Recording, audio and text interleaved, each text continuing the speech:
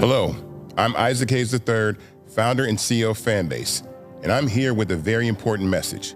We are at a turning point in the Black community where we must have equity in the apps we use that scale to billions of dollars. But this time, we own the infrastructure, we own the culture, and we shape the future. And Fanbase is the future. Fanbase combines the free functionality of Instagram, TikTok, and YouTube into an all-in-one platform built for the evolution of social media and monetization. With over 1.4 million users, that's real proof that we are shifting the conversation of tech ownership and equity for creators. So right now, I want you to go to startengine.com/fanbase and invest today. The minimum to invest is $399. That gets you 60 shares of stock in Fanbase at $665 a share. This marks a turning point in Black ownership of social media. If we don't take this opportunity to own social media right now, we will always be customers to our own creations. And that can't go on. So once again, go to startengine.com/fanbase and invest today. We must own the platforms where our voices live, our stories matter, and where our culture drives the world. Thank you.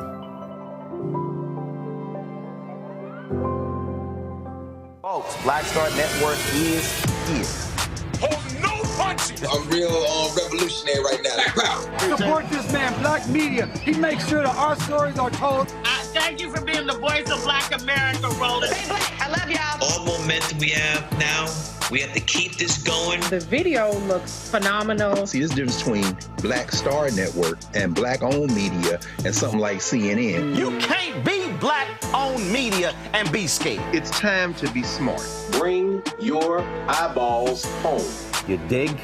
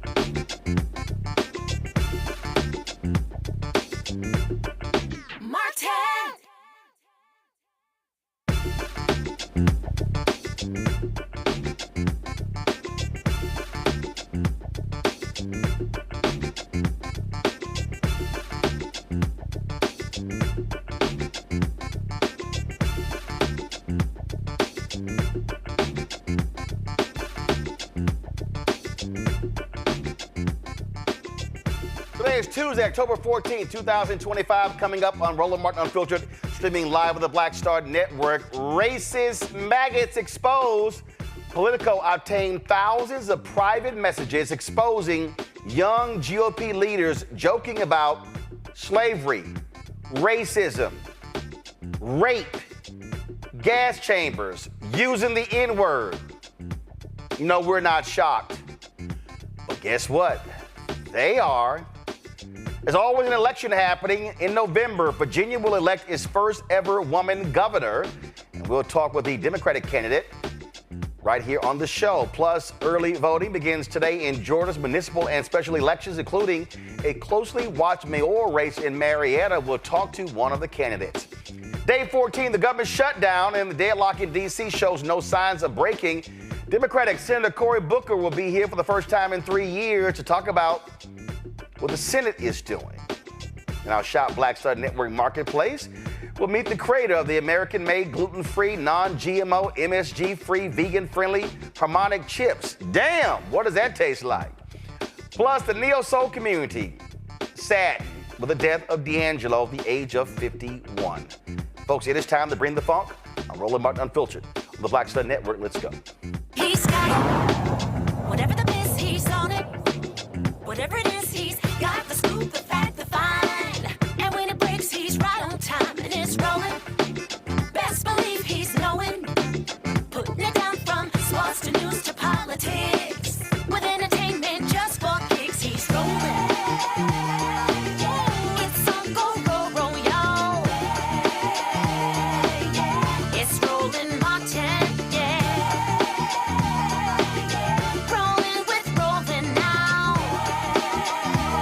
He's funky, he's fresh, he's real, the best, you know he's Roland Martin now.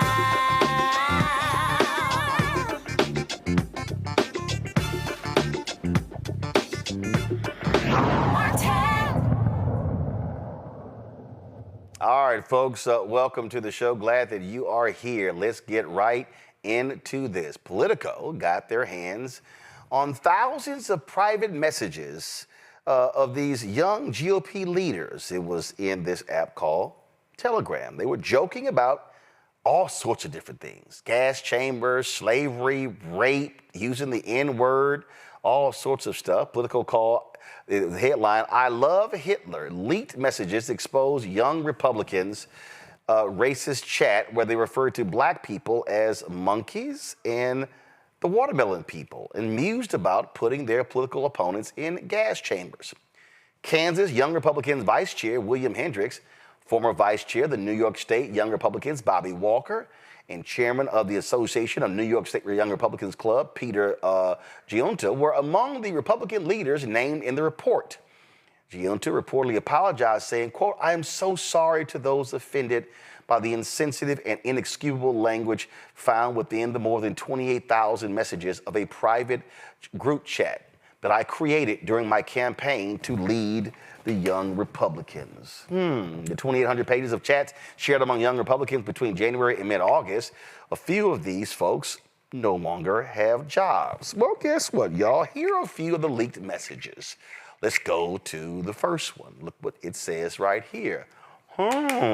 Everyone that votes no is going to the gas chamber, and everyone that endorsed but then votes for us is going to the gas chamber. When did we start bullying, dude? We have 3 solid people who can probably have them want to jump. If they vote for us, why would they be gas?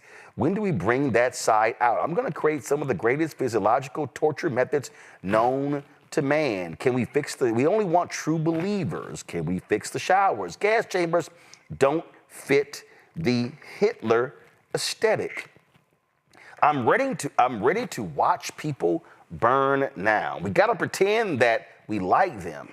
Hey, come on in, take a nice shower and relax. Boom, they're dead. Okay. That's how we do it? Let's see here. Let's go to the next one. Yeah, I had some back and forth with the VC in Michigan. Current chair is a deer in headlights. We have a call Wednesday. Many agree.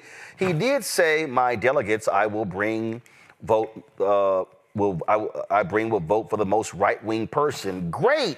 I love Hitler. Joe, did you look it up yet? Just did. Probably shouldn't have on my work computer.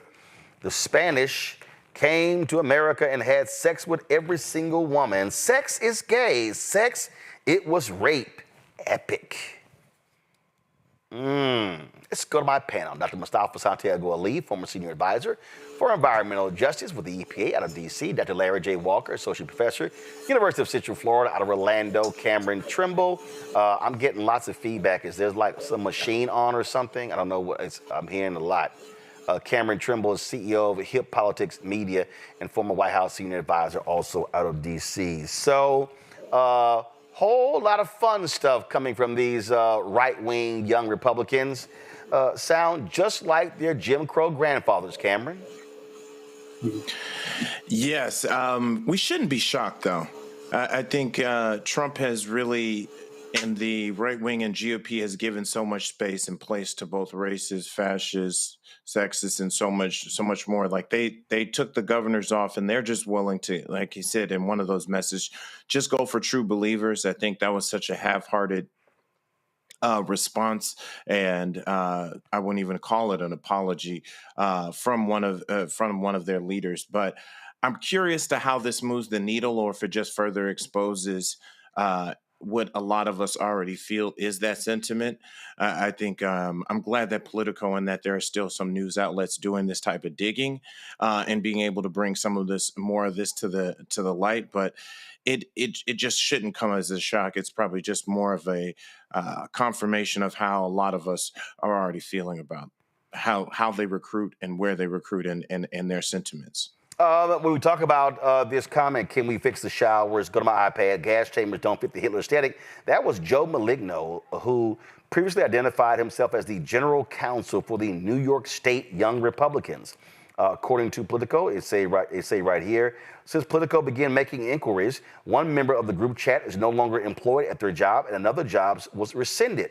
Prominent New York Republicans, including Representative Elise Stefanik and State Senate Minority Leader Rob Ortt, have denounced the chat, and festering resentments among young Republicans have now turned into public recriminations, including allegations of character assassination and extortion. And again, they found some 2,900 pages, and it was shared among a dozen millennial and Gen Z Republicans, chronicling their campaign to seize control of the National Young Republican Organization on a hardline pro-Donald Trump platform. Many of the chat members, Larry, already work inside government or party politics, and one serves as a state senator. This is what they say, Larry. Together, the messages reveal a culture where racist, anti-Semitic, and violent rhetoric circulate freely, and where the Trump-era loosening of political norms has made such talk feel less taboo among those positioning themselves as the party's next leaders. Well, that's no shock there. No, none of this is surprising, Roland. And one of the things I want to highlight, we're using the word young Republicans. These are all working adults. As you highlighted, some of those have lost a job. And I read the Political article. You talked about the individual that had the job offer rescinded. The other point is, and I think my colleague made that point really well, this is part of the ecosystem. This is not podcasts where you have a text thread. This is the Republican ecosystem we've seen over the last several years that they've developed, and this racist, sexist rhetoric has continued to grow. Roland, when I worked on the Hill, this kind of stuff was more fringe, right? People said it, but it wasn't like we see it on some of these major platforms, podcasts, and obviously this text thread is just another example of the kind of folks that have grown and developed and lead to this festering disease that we have in the United States for generations as it relates to racism. So none of this is surprising. Those folks should be out, as we've seen from the Political article and some of the responses we've seen from New York State officials, and publicly flogged, because this is racist. And the Republican Party has to deal with the fact that they cultivated this, and then folks like us have to deal with the repercussions. Oh, absolutely. And if you go on here, this is what they say, Mustafa, this is the Politico piece. At least one person in the Telegram chat works in the Trump administration. Michael Bartles, who, according to his LinkedIn account, serves as a senior advisor in the Office of General Counsel within the U.S. Small Business Administration. Bartles did not have much to say in the chat, but he didn't offer any pushback against the offensive rhetoric in it either. He declined to comment. A notarized affidavit signed by Bartles and obtained by Politico also sheds light on the intra-party rivalry that led the Restore War Room Telegram chat to be made public. Bartles references Wax as well. This is the person. He wrote that he did not give Politico the chat and that Wax demanded in a phone call he provide the full chat log. When I attempted to resist that demand after providing some of the requested information, Wax threatened my professional standing and raised the possibility of potential legal action related to an alleged breach of a non-disclosure agreement. My position within the New York Young Republican Club was directly threatened. But the reality is, when you look at this chat here, now, of course, they apologize. And, this guy Walker, he apologized and all this sort of stuff. And they said all kinds of things. They called folks faggot, retarded. Nigger appeared more than 250. So faggot, retarded, and nigger appeared more than 251 times combined. And they talked about some Indian woman saying, oh, she didn't bathe. Look at this here. In a separate conversation, Giunta shared that his flight to Charleston, South Carolina landed safely. Then he offered some advice for his fellow young Republicans. Quote, if your pilot is a she and she looks 10 shades darker than someone from Sicily, just end it there. Scream the no word. Really? That's who they are. That's who they are. And these are the people. Look at this here. This is the guy Bobby Walker. This is this guy Giunta. Look, the young Republicans. These are the people. Just so everybody says, these are the faces of the future Republican leaders of tomorrow. Nobody is born racist, right? You have to be taught to be racist. There are a number of psychological analyses out there that actually walk us through that. These are the sins, right? These are the sins of their grandfathers and great-grandfathers and fathers and mothers that have now infiltrated these young people. So they've learned this behavior. So if folks actually want any type of change to happen, it's not about ignoring this, right? This is now being ingrained into the next generation of their party, or at least a part of the party. So they have to take responsibility for this. But there is also responsibility when you're a young person and you're growing up. You have responsibility also for your actions. So if these are the types of belief systems that you live by, if these are the types of actions that you're willing to do, then you also have to deal with the repercussions that come from this type of behavior, this type of rhetoric, and also the actions that come out of it, because we know that there are folks in this country who are influenced by many folks who are in the political spectrum. And that means that if somebody goes out and beats somebody, somebody goes out and rapes somebody, if somebody goes out and kills somebody, and you have played a role in influencing that because you dehumanized others, then you have a responsibility for paying for the role that you played in this moment. Yeah, I mean, this is who these folks are. This is another one of them. His name is William Hendricks. This is who he is. Oh, yeah, these are people who think that they should be running the show. That's what you did. Let's pull a photo up of all of them, all 7 of them. These are the folks. I mean, look at them. Oh, boy, yeah. This right here, that's your future Republican Party. That's them right there. That's your future state senators and governors and state reps and members of the House and members of the Senate. These are the people going to be serving in the Trump administration. And just understand how these folks roll. And so you look at the language that they use, and keep in mind what you're looking at here, Cameron, is also remember you had some avowed racists that was in Trump's first administration who they fired, but they welcomed them back into the fold. They now have jobs as well. And the White House got upset with Politico when they said that Trump's rhetoric caused this. And let's just be real clear. Donald Trump can't escape this.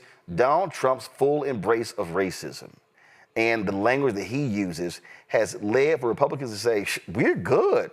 Yo, we can say and do whatever the hell we want to because the big man, he does it. So we can do it as well. That's what's going on right now, period.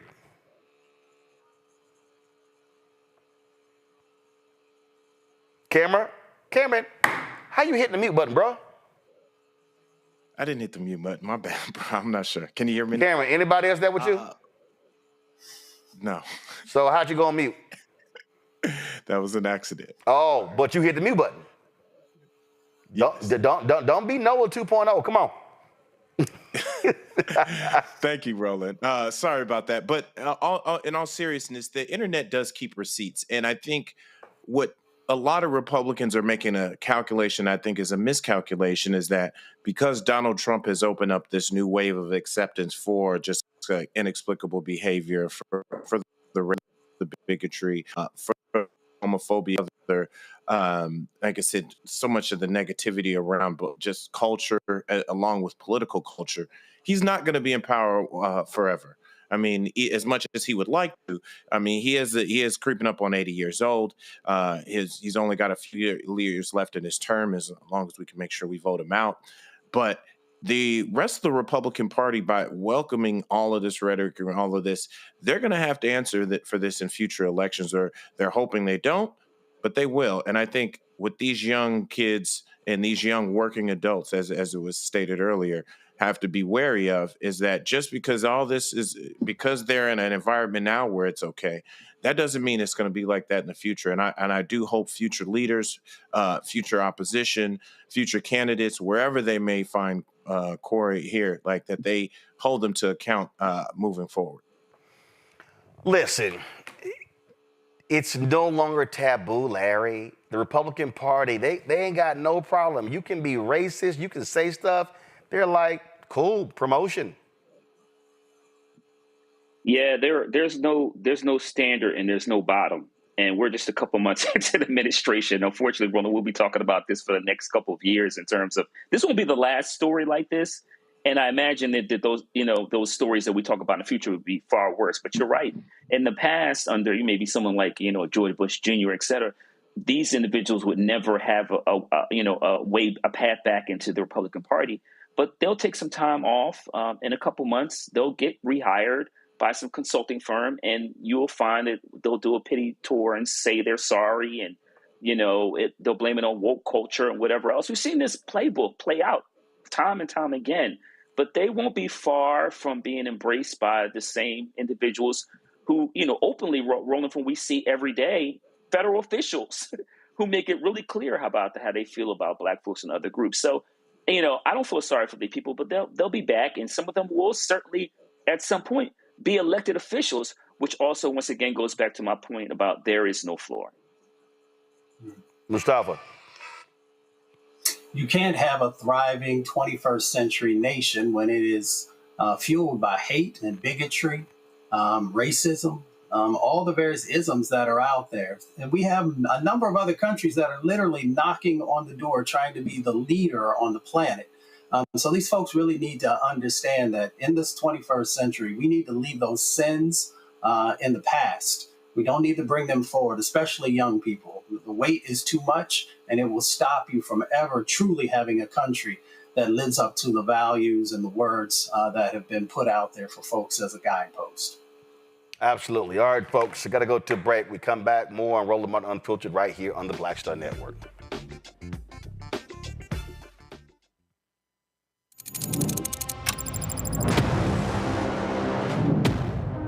Afrotech, it's a lot of beauty, a lot of brilliance, a lot of intellect, a lot of innovation.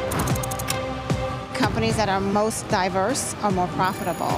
We're getting culture, we're getting community, we're getting the best of the best. And not only are we here to greet each other, but we're here to network and to elevate each other. Everybody from all the major tech companies here, and that means that now everybody's in the same domain.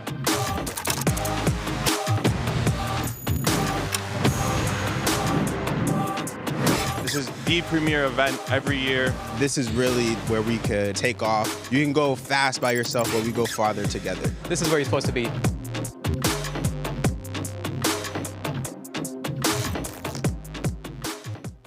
The original No Kings protest was 250 years ago. Americans decided they didn't want to live under the rule of King George III. They declared their independence and fought a bloody war for democracy. We've had 2.5 centuries of democracy since then, often challenging, sometimes messy, always essential. And we've fought in 2 world wars to preserve it. Now we have a would-be king who wants to take it away. King Donald I. Fuck that. We're rising up again this time, non-violently, raising our voices to declare no kings.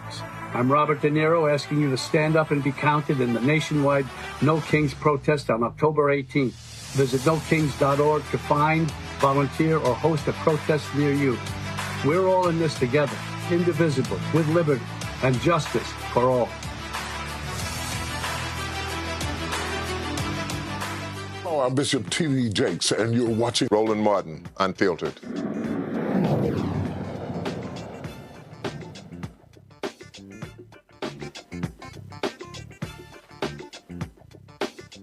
Folks, let's get to our next story, okay? It's day 14 of the government shutdown. Deadlock in D.C., no signs of breaking. The Senate just returned this evening for its 8th vote on a House-passed funding bill. Republicans need Democrats' help to meet the 60-vote threshold. Democrats are holding firm on extending health insurance tax credits. Democratic House leader Hakeem Jeffries slammed Republican leadership for keeping the House out of session, saying Democrats are ready to talk, but there has to be a willingness among Republicans to actually have a conversation. Legislative session. This is day 14 of the Trump Republican shutdown. House Democrats and Senate Democrats remain committed to finding a bipartisan path forward to reopen the government, enact a spending agreement that actually meets the needs of the American people and addresses the Republican health care crisis. The American people know that Republicans have shut the government down because of their unwillingness to provide health care to everyday Americans, working-class Americans, and middle-class Americans. The Republicans have created a health care crisis that is devastating people all across the country. Working-class America, rural America, urban America, small-town America, the heartland of America, and black and brown communities all throughout America. That Republican health care crisis includes, but is not limited to, the largest cut to Medicaid in American history, hospitals, nursing homes, and community-based health centers closing all throughout the country because of what Republicans did in their one big ugly bill. The country faces a possible $536 billion cut to Medicare if Congress doesn't act by the end of this year. The Republicans continue to refuse to extend the Affordable Care Act tax credits, which is going to result in tens of millions of Americans experiencing dramatically increased premiums, copays, and deductibles. All across the country, including, most significantly, in states that Donald Trump won. And Republicans could care less. House Republicans canceled votes 2 weeks ago, canceled votes last week, canceled votes this week. House Republicans are on vacation. House Democrats are on duty here in Washington, D.C., ready to reopen the government, ready to support our troops and hardworking federal civil servants, and ready to address the Republican health care crisis that is crushing people all across the country in an environment where the cost of living is already too high because of failed Republican policies like the Trump tariffs. We're open to sitting down anytime, any place with anyone in terms of our Republican colleagues, either here at the Capitol, or back in the Oval Office, to have a conversation about finding a bipartisan path forward. But there has to be a willingness amongst Republicans to actually have a conversation. And since the White House meeting over 2 weeks ago, Republicans have gone radio silent. Donald Trump has spent more time on the golf course than talking to Democrats on Capitol Hill. Republicans have been on vacation since September 19th in the House. And in the Senate, the Republican strategy is to do the same exact thing. bring the same failed partisan Republican spending bill to the floor over and over and over again, knowing it's going to go down. Because Democrats have been very clear. We're not going to support a partisan Republican spending bill that continues to gut the health care of the American people. We are open about having a good faith discussion with our Republican colleagues to hear their ideas about reopening the government while at the same time decisively addressing the Republican health care crisis. Now, folks, Senator Cory Booker is going to be joining us in the next hour, talk about what happened in the Senate. They did take a vote today. It was 50-44, so they will reconvene tomorrow. Let's go to you, Mustafa. I mean, listen, the Democrats are absolutely right where they are. You stand firm on this and you make it clear. We're not going to bend. The Republicans have been trying to get the Democrats to bend to their will on every issue, and this is where they say, no, enough is enough. Yeah, exactly. I mean, we have a healthcare crisis, and the Republican Party is exacerbating that healthcare crisis. We've talked about the millions and millions of people who are uninsured and underinsured. I personally picked up the phone and talked to rural clinics and hospitals with the folks that I know there and asked them, how are things going? They're like, we're barely hanging on because of the cuts that happened before. So now, they're literally on life support. Not only is democracy on life support across our country, but there literally are people who are on life support because they don't have the health care coverage they need. So why would the Republican Party take a chance in making sure that there were even less people in our country who have that critically needed health care coverage? So folks are doing the right thing and pushing this issue because it is literally a matter of life and death. It is. And Larry, healthcare is a fundamental issue. And listen, when you got Marjorie Taylor Greene telling Republicans, we going to get our asses kicked on this healthcare deal, she is sounding more sane every day. Now, she still is a bad built, butch body, blonde, we know what Congresswoman Jasmine Crockett called her. But the bottom line is, they're sounding the alarm because they know they're going to be in trouble on this one. And so Democrats, this is where you don't back down. You go harder. Yeah, it's really important and been about time the Democrats staying firm on this issue, Roland. Listen, if in the beginning of next year, these subsidies are going to expire, and millions of Americans are going to lose their health insurance, and it would be a spiral. It was going to not only impact in terms of the economy, but it's also going to increase mortality rates. So, Roland, you're right. It is important for Democrats to stand strong on this issue because it's a winnable issue. We see that from the polling, all the polling we've seen over the last 2 weeks or so. So they need to continue to fight on this issue. I'm glad Senator Booker is coming on your show because Democrats need to be on every single platform, especially talking to some of these rural voters who voted the wrong way and those individuals whose hospitals are going to close, they won't have the health insurance, and once again, the mortality rates are going to rise. Cameron, listen, Donald Trump for 4 years talked about, we're going to replace Obamacare. It's going to be great. It's going to be wonderful. It's going to be amazing. No plan ever existed. Republicans still have offered nothing, and we know they are not going to go for expansion of health care because they truly are in the pockets of big business, in the pharmaceuticals, in the healthcare industry. Yes, I think the one thing that Democrats need to do, and I'm seeing more and more of this online and on social feeds, but they've got to make sure they're hitting home, is that as they do come to D.C. and to show that they're here and ready to work, that they're still finding opportunities in this time to go back to their local, back to their districts and get on local radio. Make sure they're getting on local TV. Make sure they're talking to local content creators because they can't trust that the narrative of how this is shaping up day to day as more people get hit hard.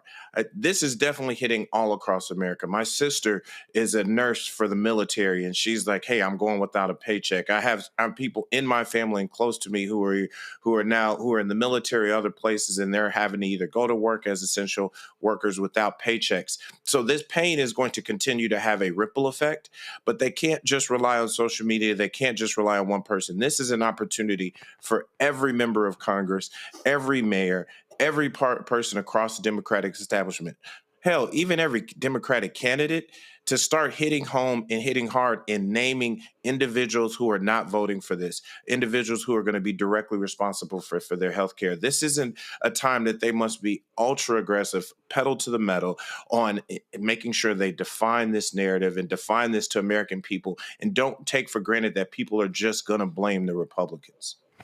Absolutely. But again, to me, I really do believe that this is the moment here, Mustafa, where Democrats can turn a corner. They have been, frankly, flailing in the wind for the last 10 months, trying to figure out how to lay a glove on Republicans. This is the moment where you take it now and you get uber aggressive right now.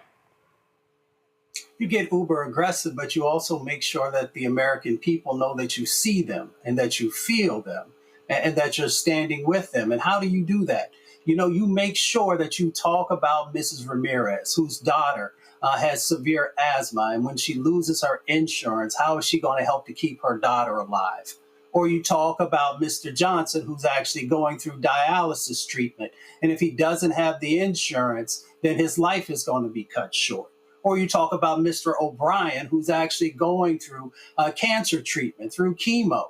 These are people that I actually know. So that's the way that you actually put the right authentic spotlight on this, is that you bring forward the names and faces of everyday people who are doing everything in their power to make sure that they're taking care of their family, taking care of their health.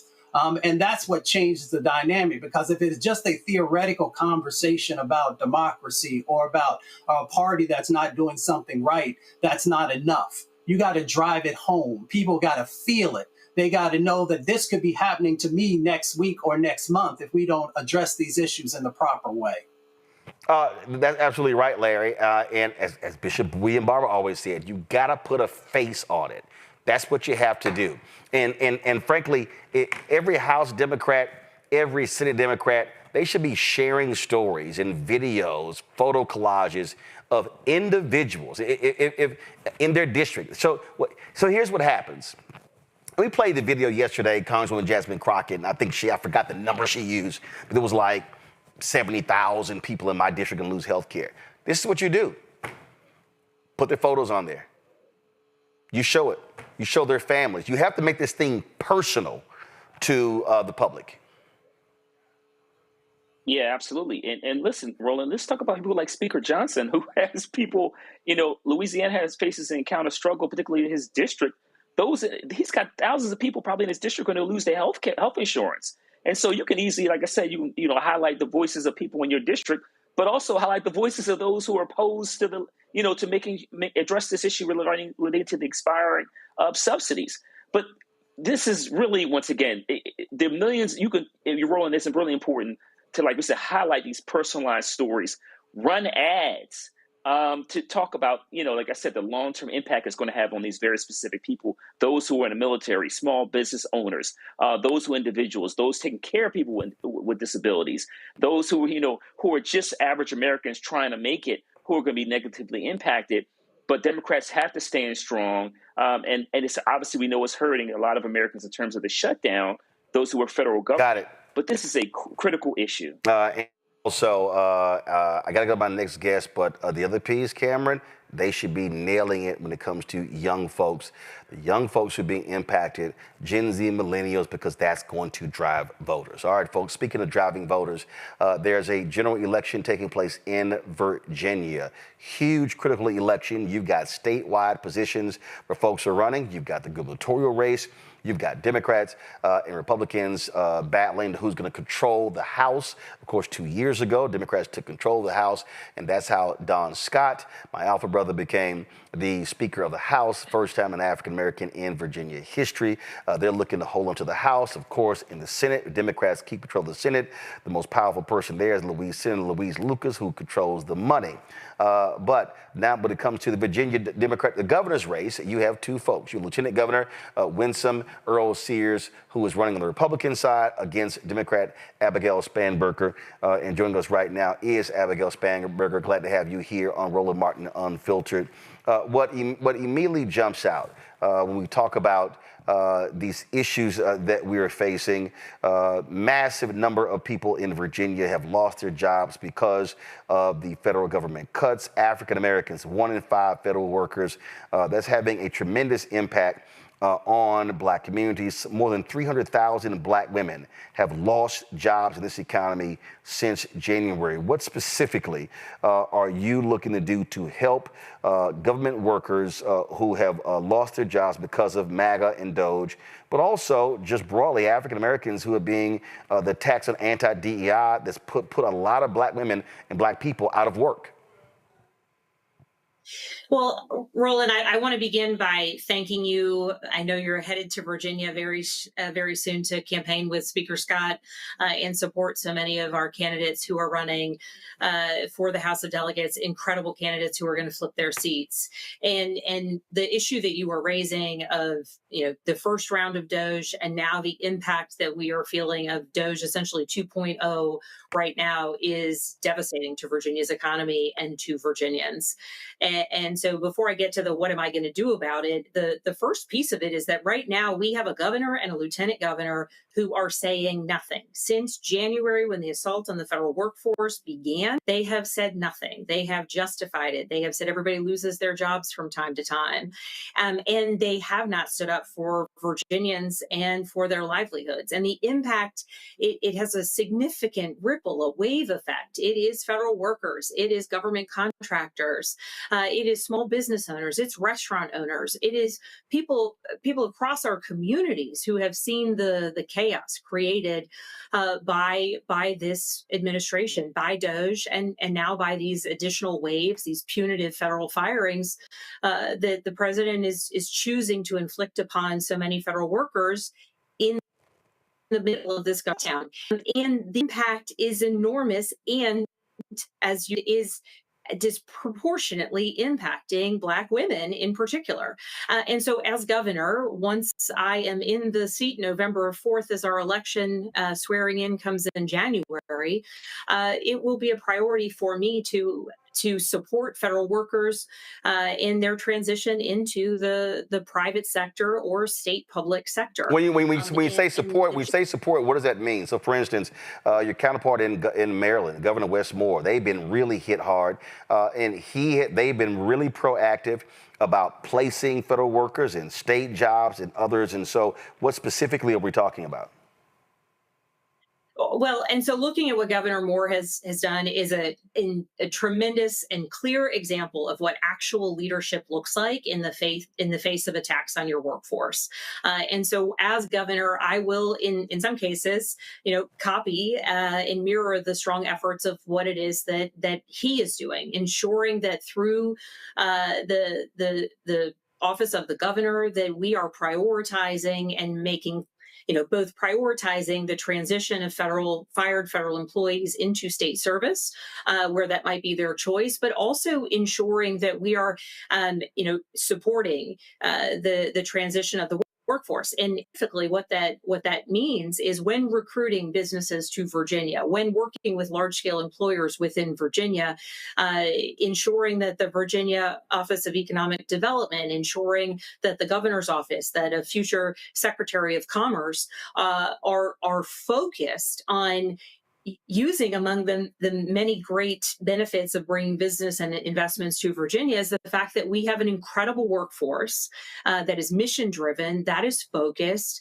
that has a breadth of experience that frankly has been cast out of the workforce because of the Trump administration. And as someone who once, many years back left federal service myself, I was a CIA officer. The transition into the private sector can be a challenge. Everything from translating your resume into things that private sector employers may understand, to restarting the experience of going through a very different type of interview set. And so in some of the ways we have, in addition to strong examples to our neighbors from our neighbors in Maryland, we have the mechanics of it is we have strong programs for military veterans who are transitioning out of the military who face some of the same challenges. And you also noted the attacks on DEI. We've seen that in Virginia.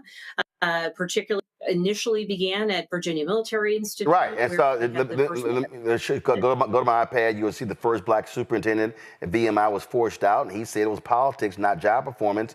You've got Donald Trump, who in his administration constantly attacking the president of George Mason, Gregory Washington as well. And so if you're governor, what are you going to say to Donald Trump and his administration for their constant attacks on African Americans, but it also especially African American leaders in education? And African American leaders in education, whether it's General Wins or President Washington, and even President Ryan at UVA, who he's a white man, but he put in place important, valuable, really strong DEI policies in place and was forced out as a result. As governor, I'm going to stand up for the academic freedom of our institutions. As governor, I will make clear that that teaching our whole history, particularly in the Commonwealth of Virginia, is essential for the ability of all of our children and our citizens to understand, both the greatest triumphs and the greatest tragedies that have occurred within Virginia, and understanding our strengths, our greatest weaknesses, our greatest sins, and our greatest successes. And we have a governor who, at the high school level, has endeavored to erase any sort of, quote unquote, divisive history, which frankly is just history. And we have a governor who has not stood up for incredible leadership. You put the picture of General Wins up. Here's a man who attended Virginia Military Institute himself, went on to have a 30-plus year career in the United States Army, returned, kind of not necessarily seeing it was in his usual path, returned to VMI to lead the Institute at a particularly challenging time, and every year received performance related bonuses because he had brought up the numbers of recruits, right, had increased class size, was doing incredible things. And then when you look at Gregory Washington, the president at George Mason,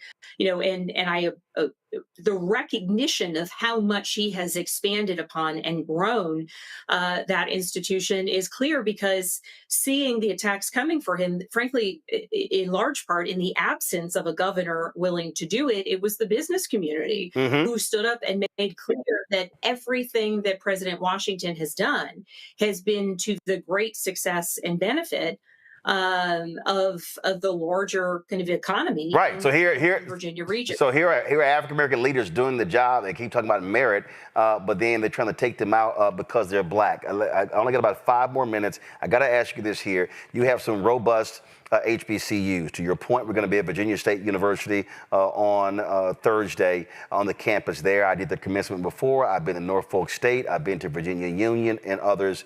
And what plans do you have, specific plans for investment in these universities? When I travel to a lot of these HBCUs, when I look at facilities, look, University of Virginia looks a hell of a lot different than Virginia State, than Norfolk State. When I even in private HBCUs, and the reality is, when we start talking about black doctors and black engineers and black lawyers, they're coming out of disproportionately HBCUs. Now they're going on to predominantly white institutions for graduate programs. But for what type of investment are we talking about if you are a governor that these HBCUs can expect to train the next generation of leaders? Beginning, and I'll just pivot back to this very quickly and then get to your question. During my time in Congress, I was on the HBCU caucus. I served on the Ag Committee, sat next to Congresswoman Alma Adams, who was the chair of that caucus. And we worked aggressively to ensure that we were pushing additional funds, particularly to the 1890s institutions that for years upon years upon years had been underfunded compared to the 1860s institutions. And now, given the experience and the breadth of the work, you're going to Virginia State. Virginia State is our land grant university. They are incredible. The president there, the dean of the agriculture department. Everybody's fantastic. I hope you enjoy your time there. But we have seen what happens after decades and decades and decades of underinvestment. Certainly not just in our land grant institutions, but in our HBCUs more broadly. As governor, I have already made a commitment to ensure and to aggressively work. And you mentioned Louise Lucas, who is the head of our Appropriations Committee in the Senate, and the leader of the Appropriations Committee in the House of Delegates. And don't forget the biggest supporter for HBCUs is a man from Virginia, Congressman Bobby Scott. He's responsible for, yes, there's Alma Adams, but your former colleague Bobby Scott deserves a lot of that credit for those billions going to HBCUs. Virginia's 3rd district.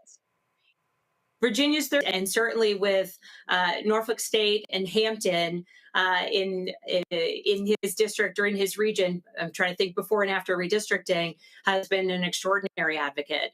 And so I have spent a tremendous amount of time, in addition to my commitments to ensure that we are really meeting the needs and pushing more funding to HBCUs. I was down at Norfolk State in the last month or so talking to some of their board members. And the amazing thing is they continue to grow numbers because it's an incredible school. And people across the country want to come to Virginia because we have 5 HBCUs. And they're incredible. We've got 2 publics, 3 privates. Yep. They're big, they're small, they're land grants, everything. But they are still putting students in hotels because they do not have the physical infrastructure. And that's happening at HBCUs around the country. Yep. And that's a real challenge. And so ensuring that we are seeing it both in the recognition of the value that they bring to Virginia. You look at the numbers of the members of our General Assembly. So many of our members of the General Assembly leadership are themselves graduates of HBCUs, either undergrad or later went back for graduate school.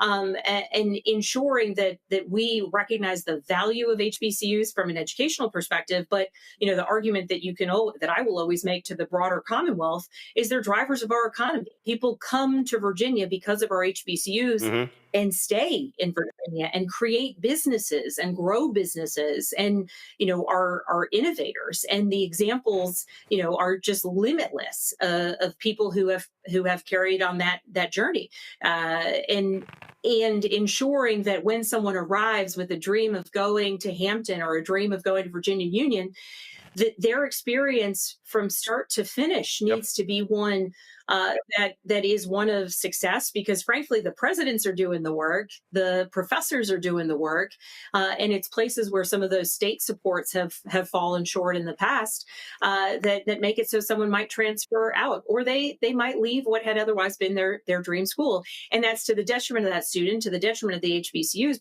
but I would argue to the detriment of kind of Virginia as a larger entity, and ultimately down the road an economy. Last question for you. Obviously, Democrats want to sweep all statewide seats. You're running for governor. You've got folks running for lieutenant governor. You've got Jay Jones running for attorney general. African American, had him on the show as well. Is this still a unified ticket? Do you still stand with him with all of this, with this text messaging controversy? I'm hearing from black voters out there. They saw how Democrats stood behind Ralph Northam. They saw what happened to Justin Fairfax. And so do state or Virginia Democrats, are you still unified standing with Jay Jones as a unified ticket running in November? Well, I would note, and this was some time ago, but at the time, there were many of us who had put calls on the governor then to step aside. As it relates to the current circumstance with Jay Jones, when the text messages first came out, I had a conversation, a good conversation with Jay, where I spoke very frankly, and he spoke very frankly. And to his credit, he spoke very clearly about these text messages, about the fact that, I think he said that they made him sick to his stomach to go back and read. And for me, I very publicly denounced them. I found them to be, abhorrent, and particularly at a time in this moment where we've seen heightened violent rhetoric, and certainly we have seen politically motivated murders and throughout the summer more recently. It's incredibly important that everyone be very clear-eyed in our denunciation of any violent rhetoric. And again, he has apologized. He has stated that so plainly. Notably, the Republicans who just made this information available held on to it for years and years and years. And so if they had wanted to make this known earlier, I question their motives in waiting until October. And importantly, as I mentioned at the debate with my opponent, on the Democratic side of the aisle, we will denounce violent rhetoric, whether it is our friends or our political opponents who are uttering it. And importantly, on the other side of the opponent, or whether it's Jay's opponent, they will only denounce the violent rhetoric when it comes from Democrats. And even my opponent routinely me her enemy, and it's the type of rhetoric that I think, not to mention, of course, everything that the president says on a regular basis. Mm-hmm. And so, Virginia voters know what's at stake. We're all campaigning hard, and we're going to win, and we're going to sweep our statewide seats. We're going to flip all 3 of them, and then we're going to work hard and do the things that we promised to do. And I think there's an earnestness and an importance when we hear someone who, recognizes that they, made a mistake, or they said something they shouldn't have said, or even when taken out of context, that, I think Jay's willingness to take accountability and be very clear-eyed about it speaks to his character. And I think that as Virginians are going about making, their decisions about who to vote for, they'll take that into account, and they'll look at who has stood up for them and who has not. And the role of Attorney General it's a decisive and important one. And so moving towards this November, I do believe we're going to flip all 3 seats.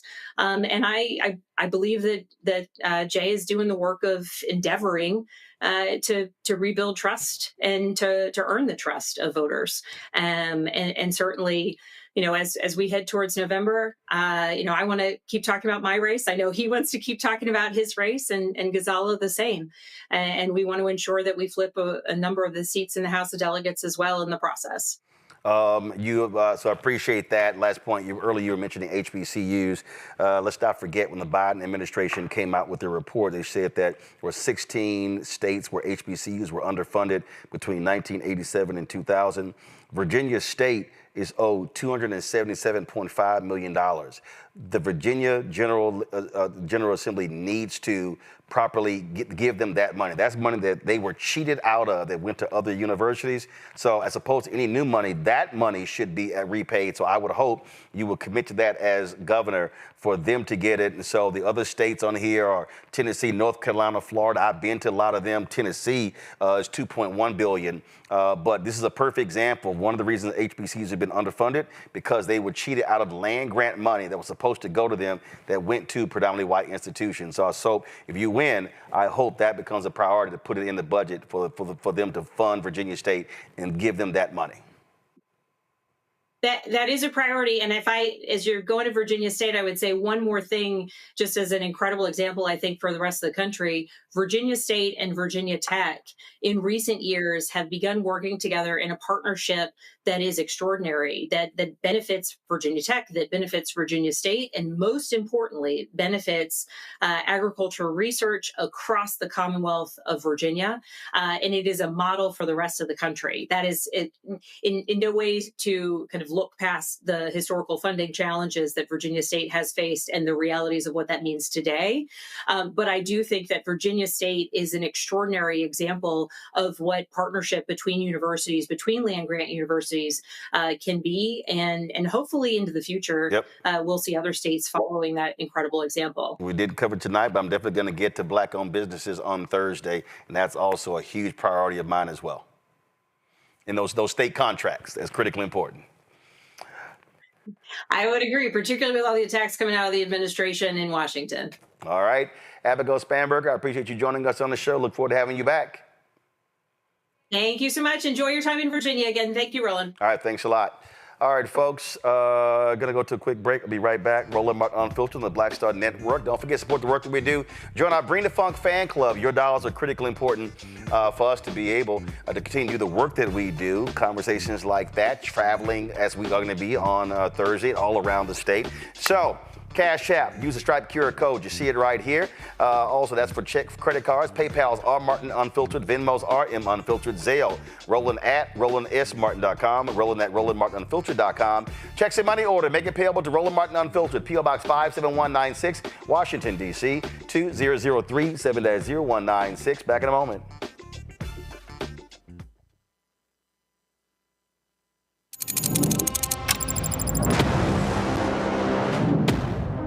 Afrotech, it's a lot of beauty, a lot of brilliance, a lot of intellect, a lot of innovation. Companies that are most diverse are more profitable. We're getting culture, we're getting community, we're getting the best of the best. And not only are we here to greet each other, but we're here to network and to elevate each other.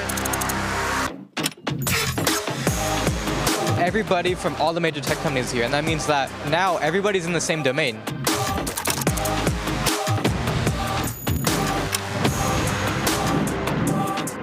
This is the premier event every year. This is really where we could take off. You can go fast by yourself, but we go farther together. This is where you're supposed to be.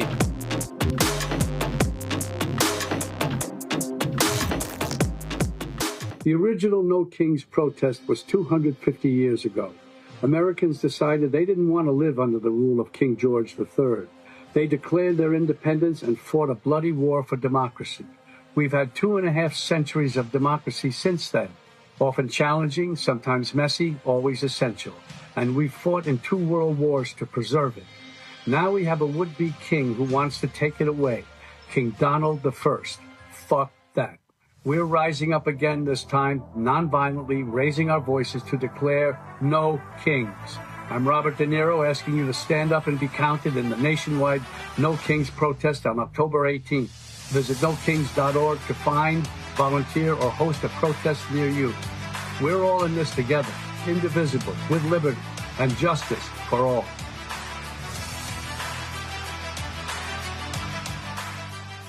Hey, I'm Malcolm Lee, and you're watching Roland Martin Unfiltered.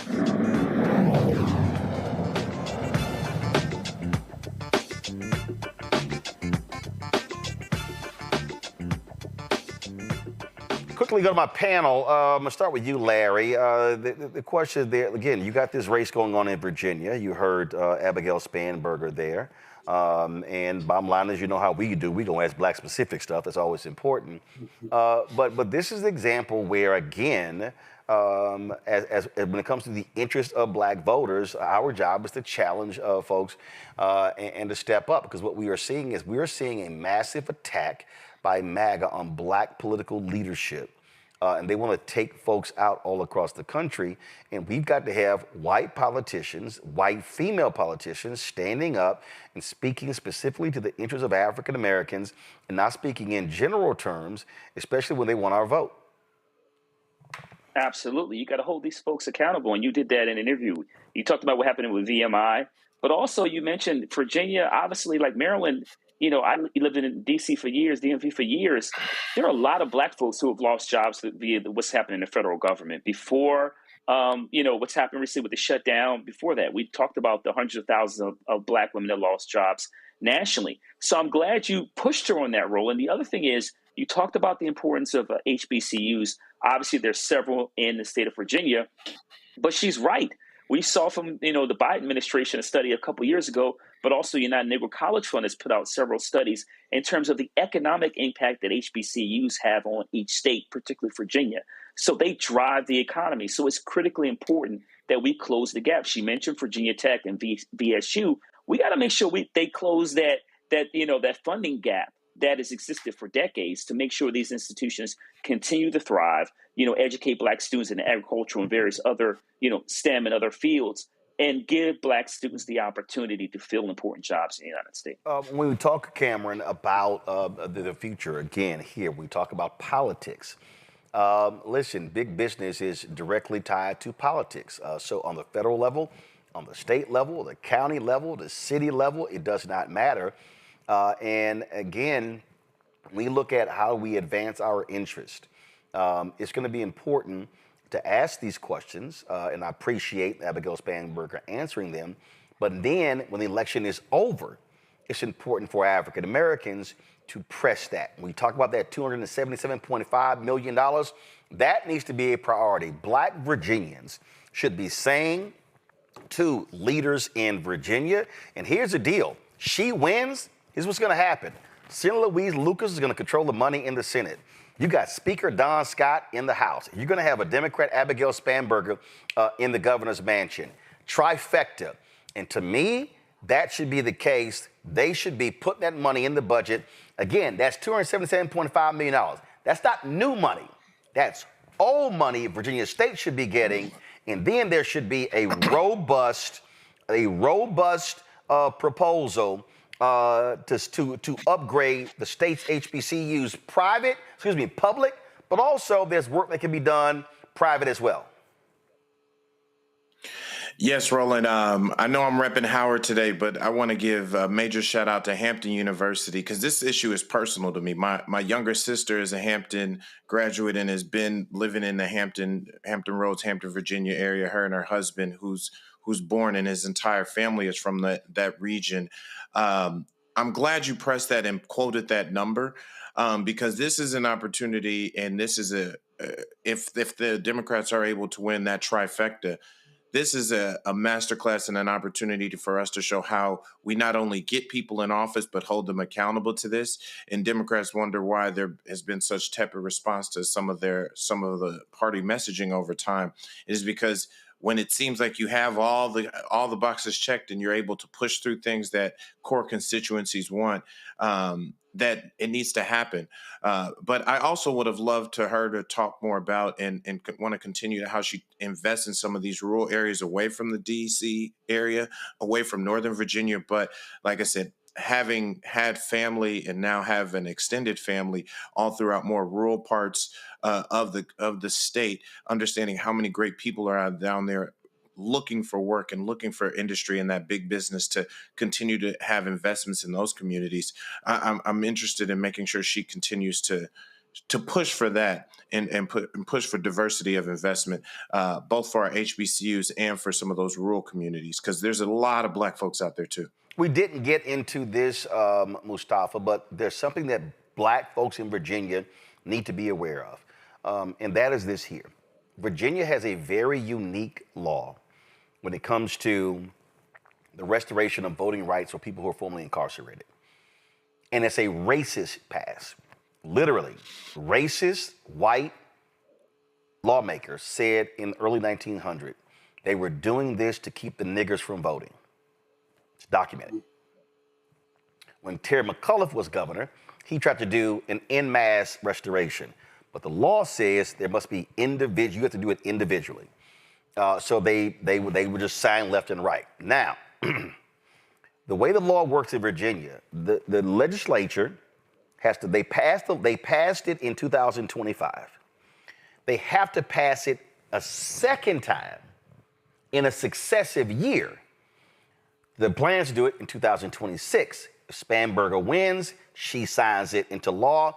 Then it goes on the ballot in Virginia in November in 2026 that would then allow for people to have their votes restored once they finish serving their time. That is a huge deal, and people need to understand that's also the difference between a Spanberger being governor and a Winsome Sears Earl, whatever her name is, being governor, as to who would support the restoration automatically of people who've already been incarcerated. That's a big deal.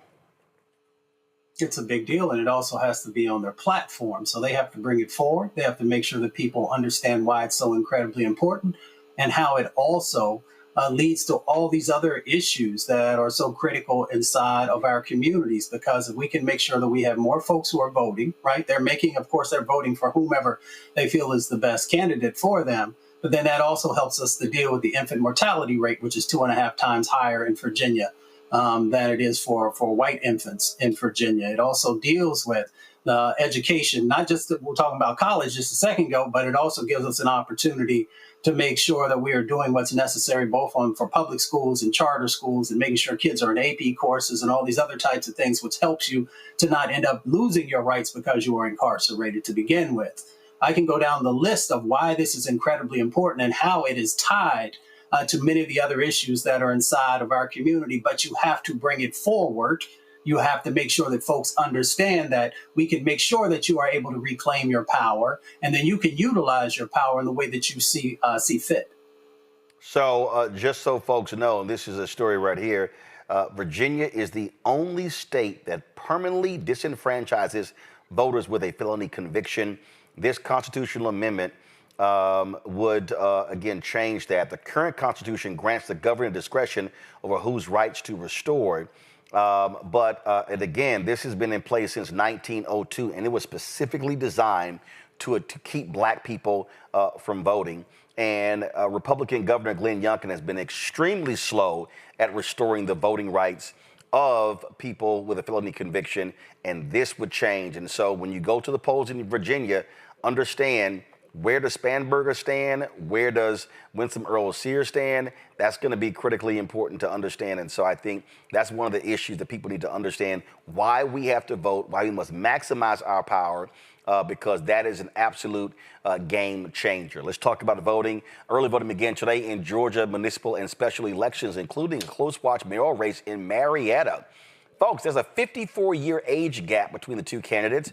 You have 78-year-old incumbent Steve Thunder Tumlin and 24-year-old challenger Sam Foster. Tumlin, a lifelong Marietta resident, touting his record in education and fiscal management. Foster, an IT engineer and nonprofit founder, says it is time for new leadership, and he's focused on affordable housing, safer streets, and better public transit. The Gen Z challenger has actually outraised the longtime mayor, Sam Foster, joins us now from Marietta. Glad to have you on the show. Sam, what was it? What was it specifically that caused you to say, you know what, it's time, I need to do this, I need to run to be mayor of my city? I see a lot of the decisions that the mayor of Marietta is making, and I started to notice that they don't represent the working class people who live in Marietta. I believe that we need to have leadership that is responsive to the people who actually live in the city, and it is time for us to have the right leadership in Marietta. Okay, so when you say, okay, it's time, what have you, and not representing the working class people, who would you say that the current mayor has been focused on? Give me examples, and how would you represent the working class folks in Marietta? So I would say that the mayor primarily is focused on what I would call appearances. In 2013, he spearheaded a project to buy up low-income multifamily housing on a road known as Franklin Gateway with a $68 million bond, and we destroyed all of that housing and drove out the low-income residents out of the city. He says that is his proudest project to date. He also says that if you make the city too affordable, you make it unlivable. So he has this pattern of advocating for appearances, tourism in our downtown area, while also wanting to drive out low-income residents out of our city, and he defines that as success. You say affordable housing. What is the state of housing in Marietta right now? So the median housing price in Marietta is around $500,000, and rent has nearly doubled in the past 10 years in Marietta as well. So housing, both renter and owner occupied, has become mostly unaffordable for regular people in Marietta. And we see that not only in Marietta, across the entire Metro Atlanta region and across the entire country. And so how would you make that change as mayor? What specifically? So there are a lot of laws that we have on the municipal level that make it harder for us to build housing. When we look at when a developer wants to come into the city and build housing, they have to go through all of these different steps in order to get to the point where they actually build that housing. We had somebody come into the city who was wanting to build an apartment building downtown, and the mayor compared that developer to William Sherman, saying that William Sherman didn't damage the square as much as the developer was trying to. So trying to streamline some of those processes is going to make it easier to build housing. And I also want to provide incentives for developers to make a certain amount of units affordable when they build new units. You say public transportation is a huge issue. We say better public transportation. Got it. How would you make it better? So right now, the reason most people do not take public transit is because it's not practical. It's not feasible. When you think of how you plan your day, nobody wants to look at their watch and plan their day out in 30-minute increments to determine when's the next time I can take the bus. So the main thing I want to do is to improve the service of the bus, making sure that buses on our most used routes are running at least 10 to 15 minutes, making sure that there's shelters at our bus stops, and making sure the buses actually go where people want to be. Wow. All right, let's go to my panel. Questions. Let's see. Cameron, you first. So good to see you, and good luck on this race. One question I have, as we've seen more and more Gen Z candidates and folks really taking the power into their own hands, what has been something that's been inspiring, again, being so young, well, relatively young in this race? What's one thing or inspirational story or something that you've seen along this race and along this journey to be mayor of Marietta? I think what really inspires me to keep going, or what has been inspiring, is the conversations that I've had with residents as I've been getting out and knocking doors and talking to different people. There was this one story that really sticks with me where this younger person, I was talking to them and they said, oh, I make about $85,000 at my current job, but I'm working another job because I'm paying off medical debt. And I look at people who are in different parts of the neighborhood, and I'm talking to them and like, oh yeah, I used to live on Franklin Gateway, but I got displaced, and now they live in a worse side of town. And those are the stories that keep me going. People who are not advocated for, people who don't have a voice, the stories we're not telling, because the mayor would like to have you think that everything's okay. He thinks his record is flawless and that he has brought the city into this great state. But we can always do better, and there are people who are still suffering. So that really is what inspires me to keep going and advocating for everyone in Marietta. Larry. Yeah, thanks for coming on the show. One of the challenges with these races, and we talk about on this show, particularly, when we're on the show a lot, is demographics and younger voters. And so you kind of touched on, having conversations. What are you doing regarding your campaign into energizing your young voters who could make a difference in this election? So we're really getting out there and knocking doors. That is the primary way we're going to be reaching voters. But we also have a very large social media presence, which was not something I intended to happen, but it ended up happening. And that has reached a lot of younger people. I've had a high school student, a senior, saying, you're going to be the first person I'm voting for, and they're 18. So really getting out there and directly reaching voters through texting, door knocking, all of the different methods of direct voter contact. That's what we're going for. And whether you're young or old, that's really how we're going to reach people. And guys, all right. We had a technical issue, so let's do this here. We're going to fix this real quick so he can finish answering Larry's question, then Mustafa's question. So let me go to a break. We'll be right back on Roland Martin Unfiltered on the Black Star Network.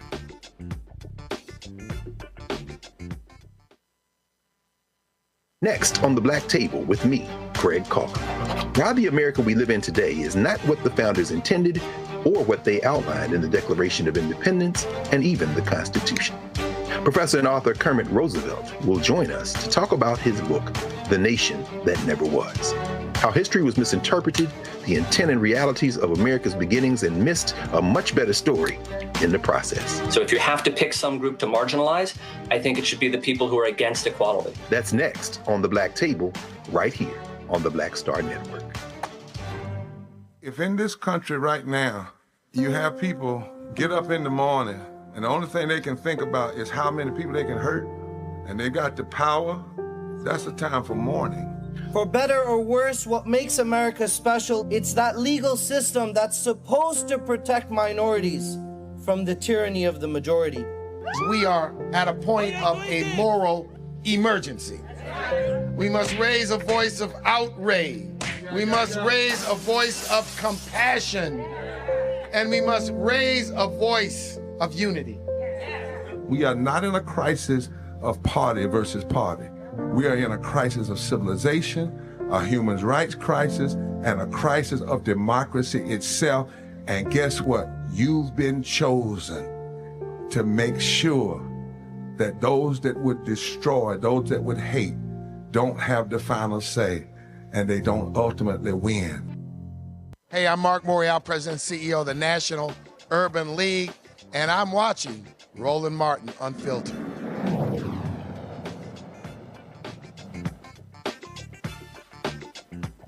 All right, Sam Foster, we've been back. Go ahead and finish answering the question, and then we will then take the final question. I forgot the question. Larry, restate your question. Yeah, well, what are you doing to energize young people to come out and vote? Direct voter contact is the best way to reach people, young or old, and we're out there texting people, calling them, knocking on their doors, and we have a large social media presence, which was not my intention, but it ended up happening anyway, which has energized a lot of younger voters because a lot of them are on social media. Mustafa? Well, Brother Foster, congratulations on running. Appreciate seeing young people, you taking the mantle up. Quick question. I have family in Marietta. Do you have innovative or other ways that you are going to address the unhoused population who are there in the city? So when we look at homelessness, there are two main causes of somebody not having a home. The biggest one is that they are not able to afford housing. So we need more initiatives to bring more affordable housing into the city. I was reading this article in the AJC about a mother who was discharged from the military and wasn't able to afford a home, but she applied for a voucher, but it took months for her to be able to actually access that voucher. So she was sleeping out of her car. And I look at scenarios like that and I understand that we need more affordable housing. That's number one. And number two, we need to provide more services or work with people who can provide those services. We don't have adequate services right now to deal with people who are struggling with drug addiction, people who are struggling with mental health issues. So what we see a lot is we are keeping people right where they are, but we're not able to lift them out of the situation that they're in. All right, then. Well, Sam, certainly good luck in this race, and we'll be watching to see what happens on Election Day. Thank you so much. All right, thanks a bunch. Folks, let's stay on politics. In North Carolina, Republicans have announced they are going to start gerrymandering races even further, abiding by Donald Trump. Excuse me. Donald Trump, of course, has been wanting Republicans to steal more seats because they are afraid they're going to lose the House next year. Now, Republicans have already gerrymandered the state. They're doing it again. They're allowed to do so because Republicans control the state Supreme Court. And so don't be surprised if they go after the seat of Congressman Don Davis, which is already a +2 Republican seat. They're going to make it a lot redder. And so that we're going to see that actually happen. So we'll be following what happens there in North Carolina. So lots of stuff going on. And so, folks, we got critical races happening all across the country. And so I just want us to be paying attention to recognize that these things absolutely matter. All right, quick break. We come back. We're going to talk about the passing of D'Angelo. Also, how's an organization celebrating Bill Russell, but they ignore Bill Russell's family? That's kind of dumb to me. We'll talk about that. Plus, we have Senator Cory Booker as well as our Marketplace segment. Real quick break, right back. Roland Martin Unfiltered on the Black Star Network.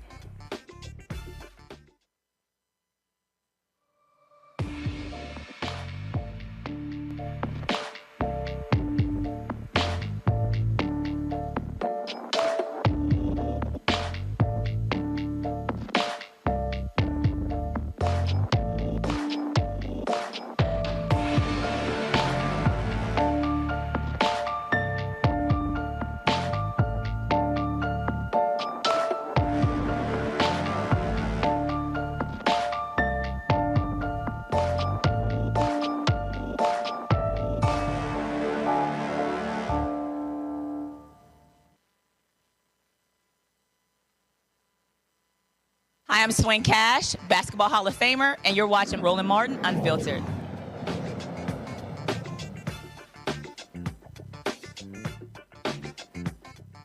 You know, I'm always confused when groups decide to honor somebody, but they don't include the family of the honoree when they've passed on. So, for instance, check this out. So there's a group called Mentor National. They're celebrating 35 years. And tonight they're having a gala in New York City. And so this is the press release that they sent out. Mentor celebrates 35 years of relationships, powering opportunities at New York City Gala, honoring Bill Russell, Ray Lewis, and David Shapiro.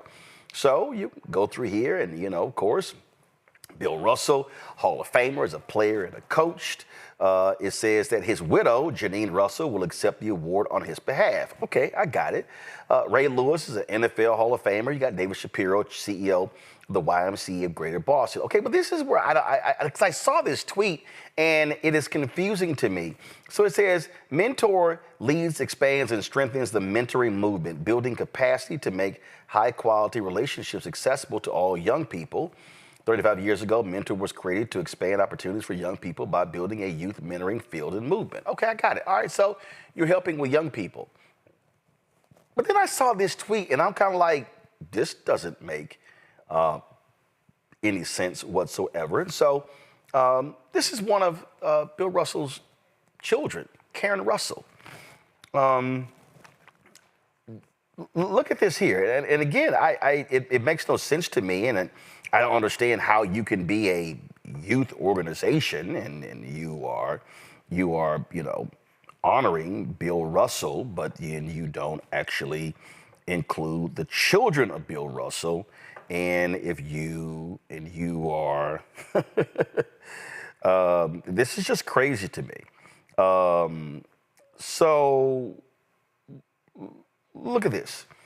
Karen Russell tweeted, in HBCU Celtic City, they used a Red Auerbach clip. When Red was asked why my father finally reconciled with Boston, Red said it was the power of his daughter. That daughter was me. In 1999, I partnered with my dad to retire his number publicly.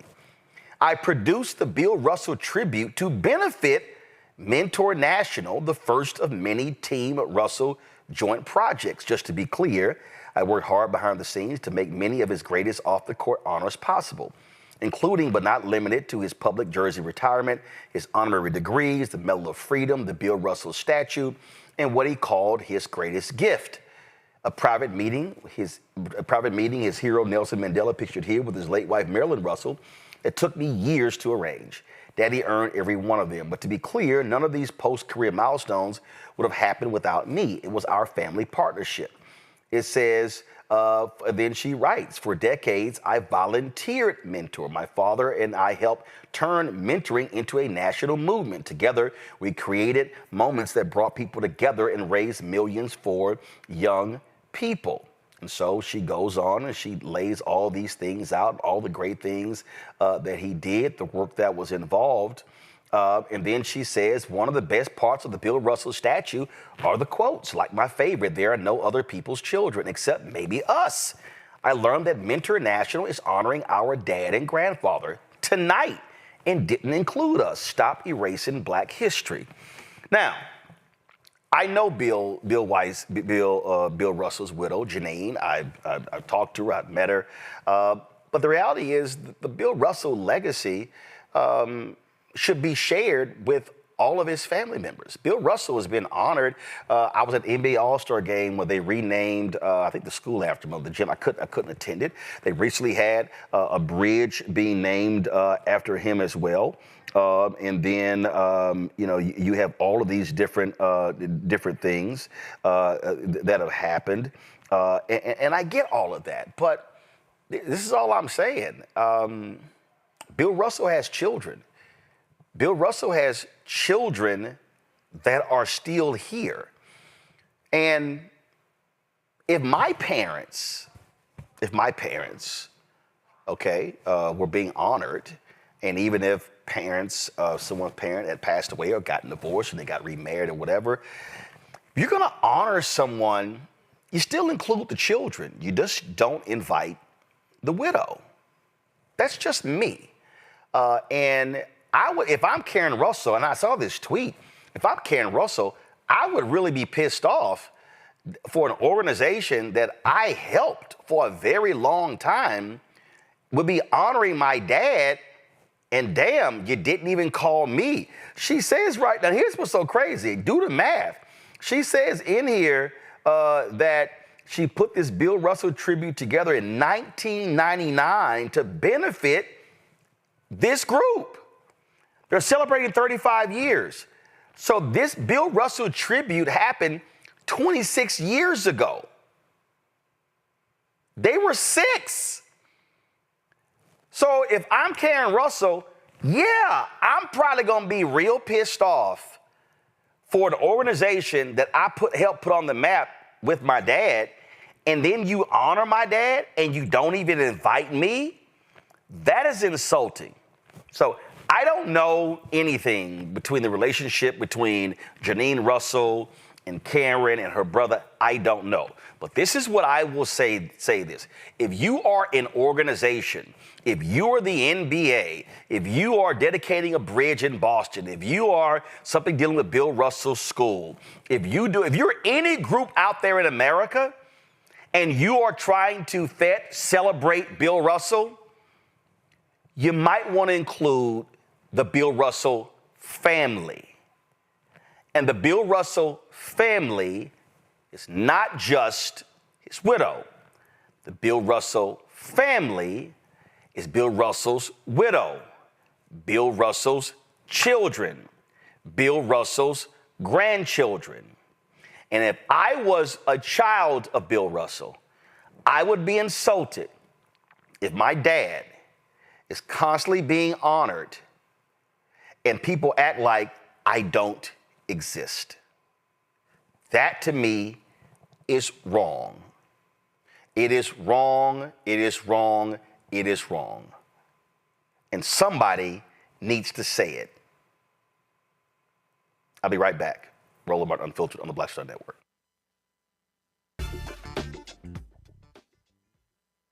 Next on the Black Table with me, Craig Coker. Why the America we live in today is not what the founders intended or what they outlined in the Declaration of Independence and even the Constitution. Professor and author Kermit Roosevelt will join us to talk about his book, The Nation That Never Was. How history was misinterpreted, the intent and realities of America's beginnings, and missed a much better story in the process. So if you have to pick some group to marginalize, I think it should be the people who are against equality. That's next on the Black Table, right here on the Black Star Network. What's up? It's the MCEO Talib Kweli. You are checking out Roland Martin Unfiltered.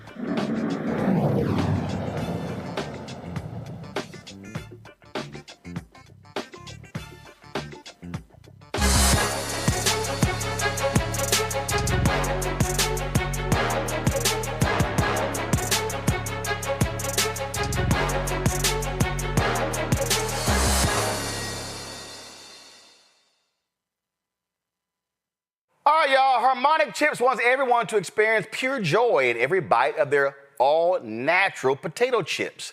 These are American-made. They are gluten-free, non-GMO, contain no MSG, and are vegan-friendly. Founded by Quanyata Benson, Harmonic Chips is a woman-owned company committed to creating delicious flavors that evoke happy memories. Quanyata joins us now from Snellville, Georgia. All right, so where these things start? Were you just hungry one damn night and you were like, I am not feeling these chips or the snacks, they ain't right for me. What happened? Well, it basically started my grandkids. My grandchildren are, inspiration for You got grandkids? That yes, yes, I have 2. You got 2 grandkids? I would never thought that, girl. Go on, keep going. So basically with, their snacks and all of those things, I wanted them to be able to have something that, was filling as well as good for them as well. And then I wanted to be able to do something like I did with my grandmother, when she was alive, something that we could share and have some good memories about. Okay, so what? You were just sitting in the crib and was like, you know what? I want my own damn chips. Okay, like how did we get there? Well, it started with a conversation with my husband. And we wanted to provide, something to, just everyday people. You didn't have to, have a whole lot of money, but you wanted something that was good for you and delicious at the same time.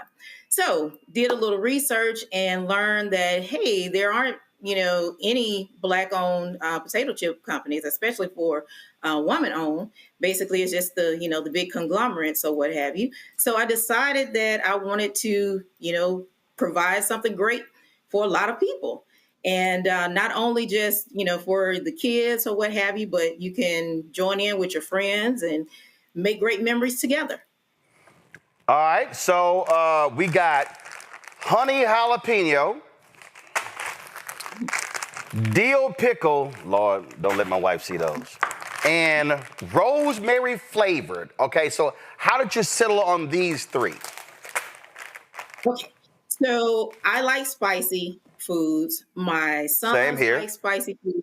Okay, so I wanted to do spicy, but nothing that was going to like burn your taste buds, off. But also have that sweetness to it. So that's how honey jalapeno came about. Gotcha. Now I see right there are four. So which one am I missing? Hold up. I see it over here. Which would be? So I see the purple one. No, I got rosemary, the blue one. All right, so the blue one. Yeah, Mackenzie, you left out a bag of chips. These little people. Okay, so we got sea salt flavored. So we got four right here. And so you said they're American made? Oh yes.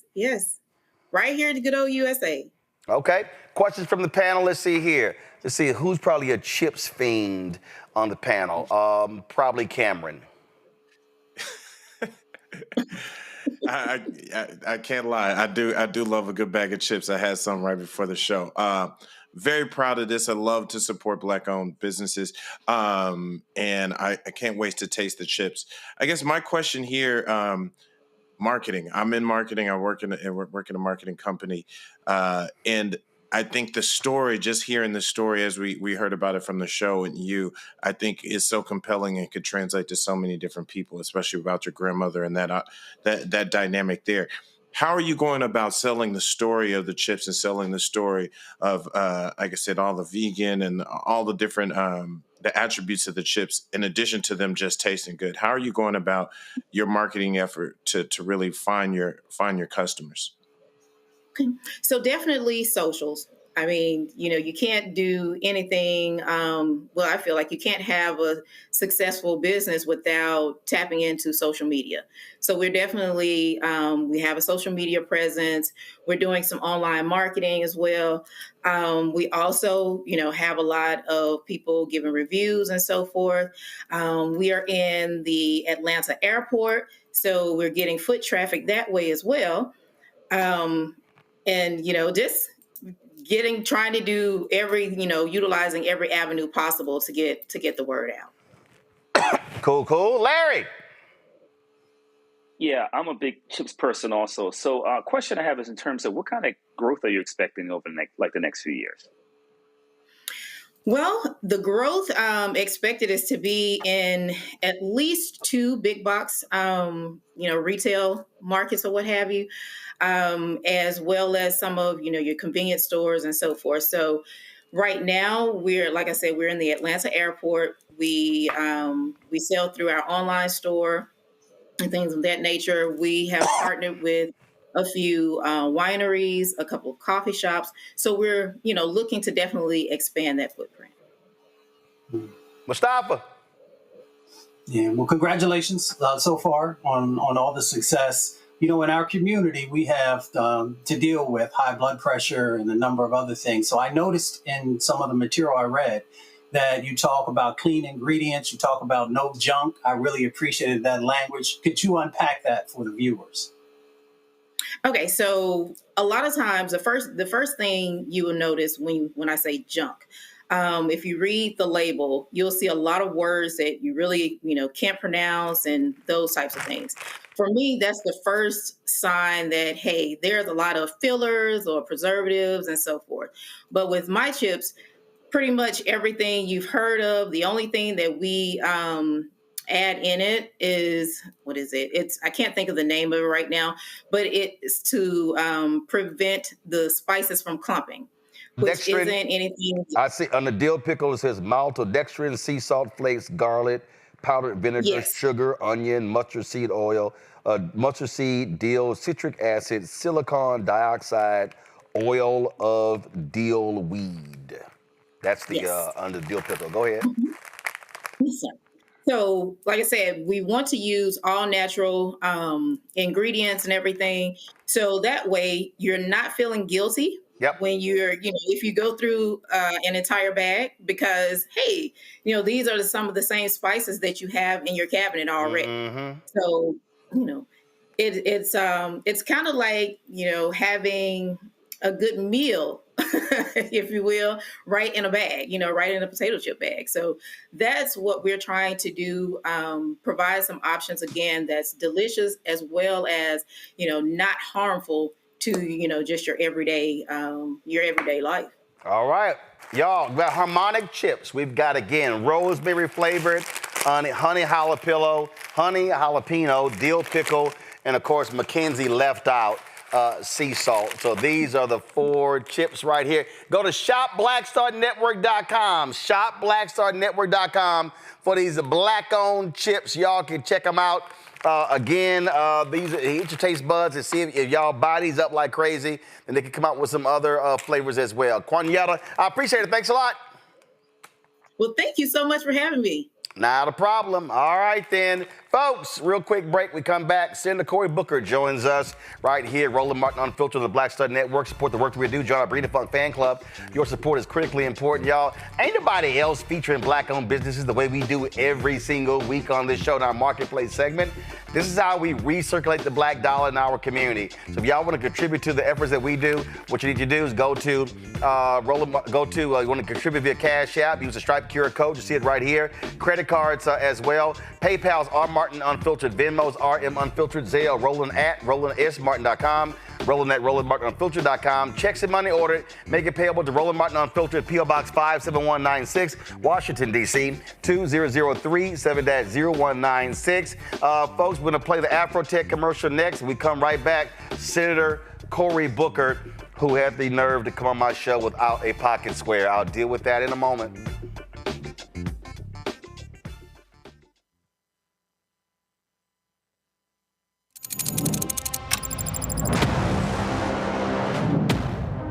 Afrotech, it's a lot of beauty, a lot of brilliance, a lot of intellect, a lot of innovation. Companies that are most diverse are more profitable. We're getting culture, we're getting community, we're getting the best of the best. And not only are we here to greet each other, but we're here to network and to elevate each other.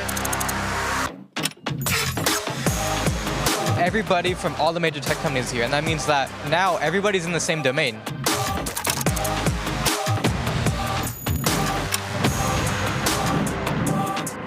This is the premier event every year. This is really where we could take off. You can go fast by yourself, but we go farther together. This is where you're supposed to be.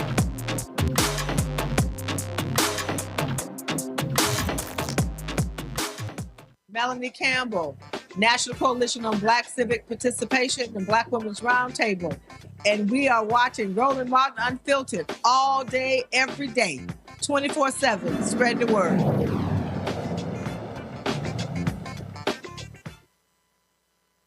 Folks, as we said in the last hour, the government shutdown continues. Senate Democrats and House Democrats have remained firm on the issue of health care. The Senate voted tonight on the issue. They, of course, it was 50 to 44 vote. So they'll reconvene tomorrow. Joining us right now, Senator Cory Booker. Senator, glad to have you on the show. Man, it's been too long. Last time you were here 3 years ago. So we got to do this a lot more often. Hold on, Roland. We know each other a long time. I just got to call you out on it. Why do you need Roland Martin Unfiltered? I have never met you. Easy. You were filtered. I've never met you when you were filtered. You were always unfiltered. Right, but it's for the people who don't know me and the people who I can't text on their cell phone because some people keep changing their number. I have never dodged you, man. I will give you my new number. Yes. Not your live on the air. but obviously not live on the air, duh. But you know, you gotta say Roland Martin Unfiltered because not everybody know a brother. You know, I meet new people every day. This is why I appreciate you because you and I don't hope I don't call you out by calling you a friend, but you're the kind of friend I love because you're the one that will always tell me the truth, even if it's uncomfortable. Absolutely, such as you ain't wearing a pocket square, or are you? What are you doing? What's up? I am not wearing a pocket square, yes, sir. I'll explain that to y'all later. I just want everybody on this show to know I'm feeling kind of like important. I'm being hustled into the national convention, the Democratic National Convention. There's tons of people on the floor, and suddenly I get this yell from Roland. Yeah, the whole place quiets, and hears you call me out saying that I did not come correct. I don't look ready for the stage. Everybody cracked up. I felt like, how could my brother do that to me? You could whisper things like that. No, I'm trying to help brother out because you were looking bland. I remember this. You called me out because my shoes did not match my suit. That's what you called me. Yes, I did. Yes, I did. Yes. See, again, brothers helping brothers. All right, let's get right into it. Let's talk about this shutdown. This is, I'll say this here. You could disagree. That's fine. I think the last 10 months, Democrats have been flailing in the wind, trying to figure out how to properly punch back and connect with the American people against Republicans. I believe with this government shutdown, which I support, in that the fight over health care is a fundamental issue. And based upon polling data, it seems that Democrats have gotten their sea legs and people are responding to calling out Republicans on this very issue. And it is one that Democrats should stay healed. They should absolutely not give an inch on. First of all, I just want you to know this is a real issue for Americans. We're going to see this twin tsunami that Republicans unleashed. The first is they attacked Medicaid. That's going to hit at the end of next year. And now they're gutting the Affordable Care Act, which was part of their 2025 plan. Their Project 2025 plan is going to gut the Affordable Care Act subsidies. The combined losses will be in the many, many millions, but more savagely, in addition to millions losing their health insurance, millions and millions more, multiples more, will see their premiums skyrocket. And what that means for Americans is a lot of pain at a time that everything else is going up. The cost of energy, the cost of groceries, the cost of gasoline.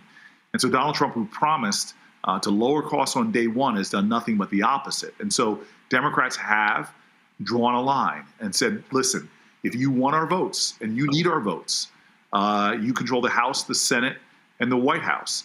But your responsibility is to pass a budget. You're not going to get our votes unless you do something about this crisis of your creation that's going to cause pain to tens of millions of Americans. And what we're seeing a lot more robust talking on this, communicating. And go live to my iPad right now. Congresswoman Jasmine Crockett is live on YouTube with her quarterly update on this government shutdown.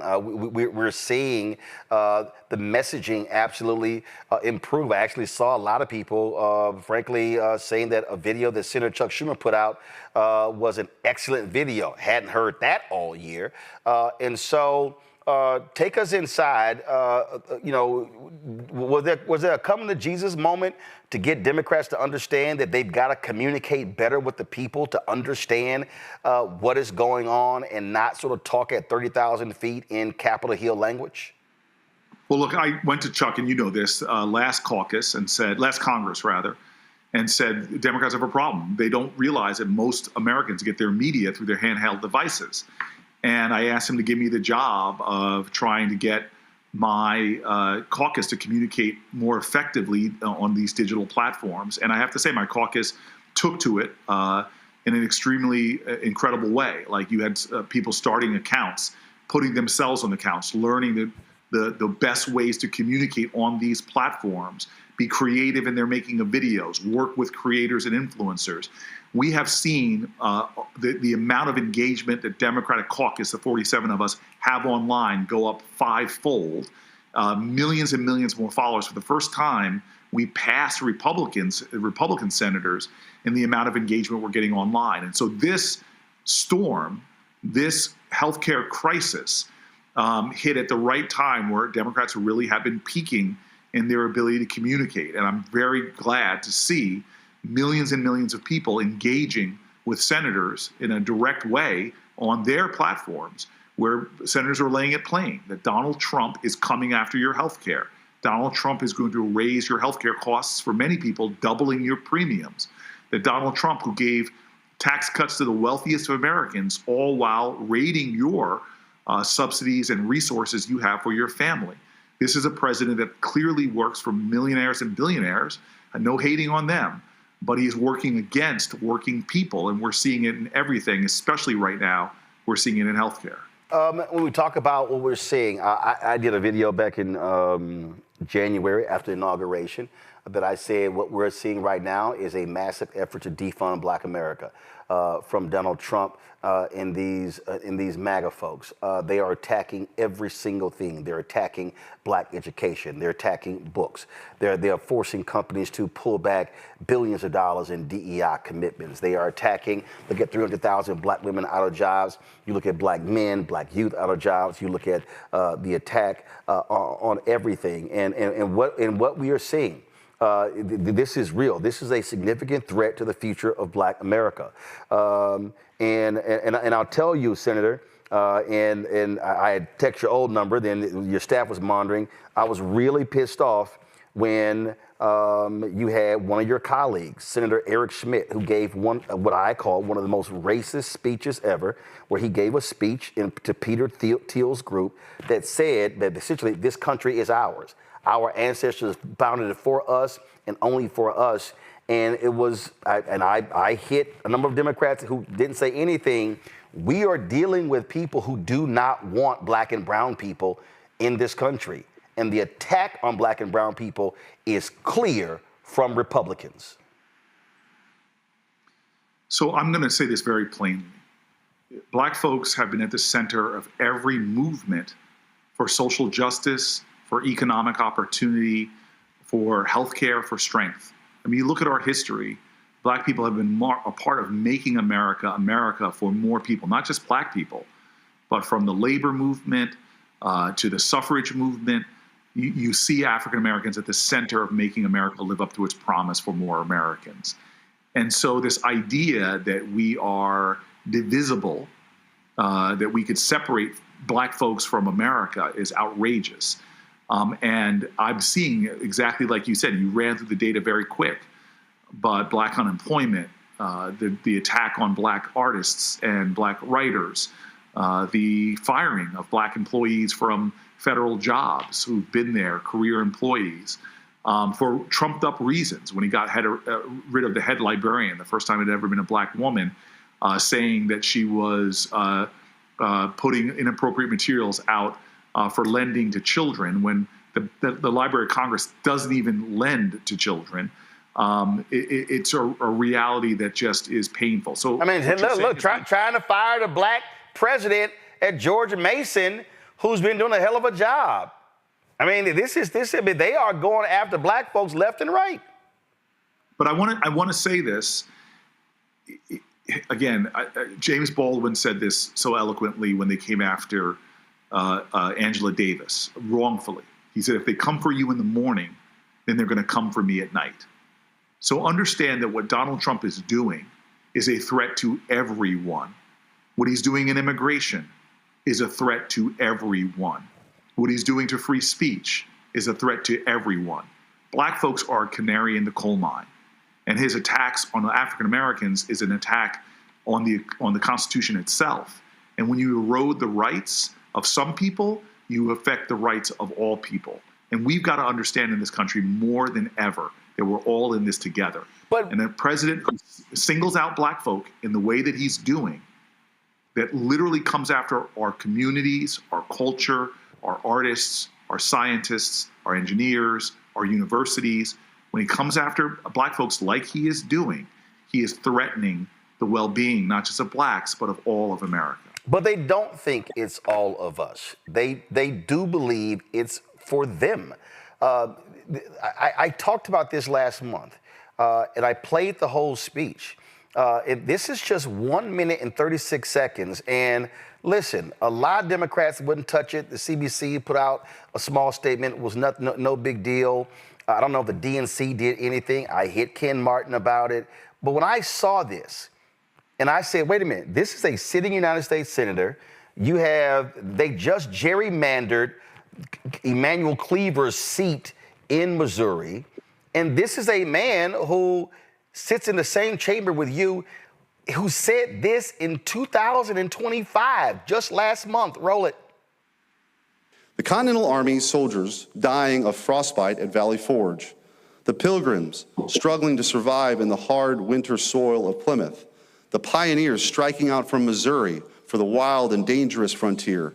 The outnumbered Kentucky settlers repelling wave after wave of Indian war band attacks from beyond the stockade walls.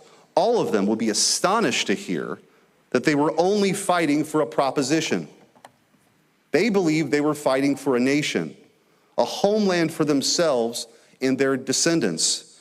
They fought, they bled, they struggled, they died for us. They built this country for us. America, in all its glory, is their gift to us, handed down across the generations. It belongs to us. It's our birthright. It's our heritage, our destiny. If America is everything and everyone, then it is nothing and no one at all. Senator, he said for us, he is not talking about you and I. Yeah, but what about this is surprising to you? No, it's not surprising to me at all. I wrote the book called White Fear. It's not surprising. My problem is, did any Democrat go to him and say, who the hell were you talking about? Was he challenged? Yeah, look, from Mitch McConnell to Ted Cruz, I sit in committee hearings. I watched Ketanji Brown Jackson get attacked in ways that were callous, cruel, and frankly, deeply bigoted.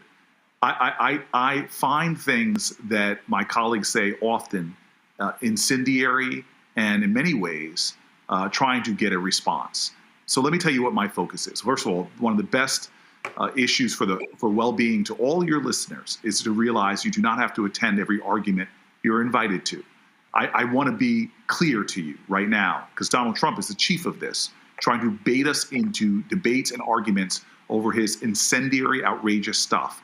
All that's distracting us from the deeper fight that's going on right now is that I've got hundreds and hundreds of thousands of people in my state, including African Americans, that have their health care under threat. And so these are the fights that I'm focused on right now. And it doesn't mean that I don't step out and condemn what people say, and I have done that on many things. But I'm telling you right now, and in fact, I don't have to tell you because you reported on it, that part of their strategy is to overwhelm us, to give us so much stuff that we spend all of our time reacting and not being proactive. My focus right now is the fight to keep the health care of millions of Americans, and in particular, the hundreds of thousands of people in New Jersey who are going to lose their health care. I have three panelists. I want a question from each one of them. Your folks told us we had 20 minutes, and so they're giving us a 2-minute. I'm not sure why, because that's not how my clock is looking. So if I can get those questions, I would greatly appreciate it. I need to come in there in studio. Where are you recording this? No, I'm live on my show. My studio. I'm at 16th and K. Matter of fact, you should come to see this black-owned. Look, there's no other studio like this. The color. Trust me, there's nothing like. Turn the camera around. Since he ain't been here, come on, turn the camera around. Look at this. I want to see the whole thing. Look at this. You got Harry Belafonte, Ida B. Turn the lights up. Turn the lights up so he can see. You got Ida B. Wells. Look at the artwork. Harry Belafonte, James Baldwin. Man, forget MSNBC, CNN, Fox News. It don't get any blacker than this. Look, I got Obama on the wall over there. I got MLK on the wall. We've got everybody in here. So this is what I want to say. This is what I want to say for your listeners, because I appreciate this about you. It is not just the symbols that you put up. It's the substance you bring, even when nobody is watching. There's been a number of times that you've come into a room. You and I have been in the same room on opposite sides of the table. You're with the journalists. I'm with the senators. And the same person you are on TV, fighting for African Americans, fighting for the issues our people care about, even behind closed doors. So anybody could put posters of Malcolm X on their walls, and Lord knows a lot of people do. But when nobody's looking, they're not standing up and fighting like you do for folks. So I just want you to know that's why I will always respect you, always heed your call, even though you lost my number. I ain't lose your number. You changed your number. We ain't gonna go here. Even though you called me out, even though back then I was single too, you were calling me out. I know you engaged. I know you engaged. I'll have a conversation with her later. But let me. I got to get my questions in. Mustafa, please. What's your question for Senator Cory Booker?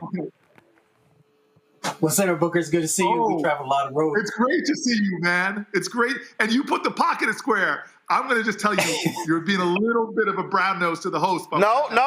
He's an alpha. He's a fellow alpha. It's a smart man. Senator Booker, it's good to see you. We've been. I'll ask you your question on one condition, man. When my book comes out in a few months, you'll put me up at least for one shot and all that, and those incredible books by Black authors you got up.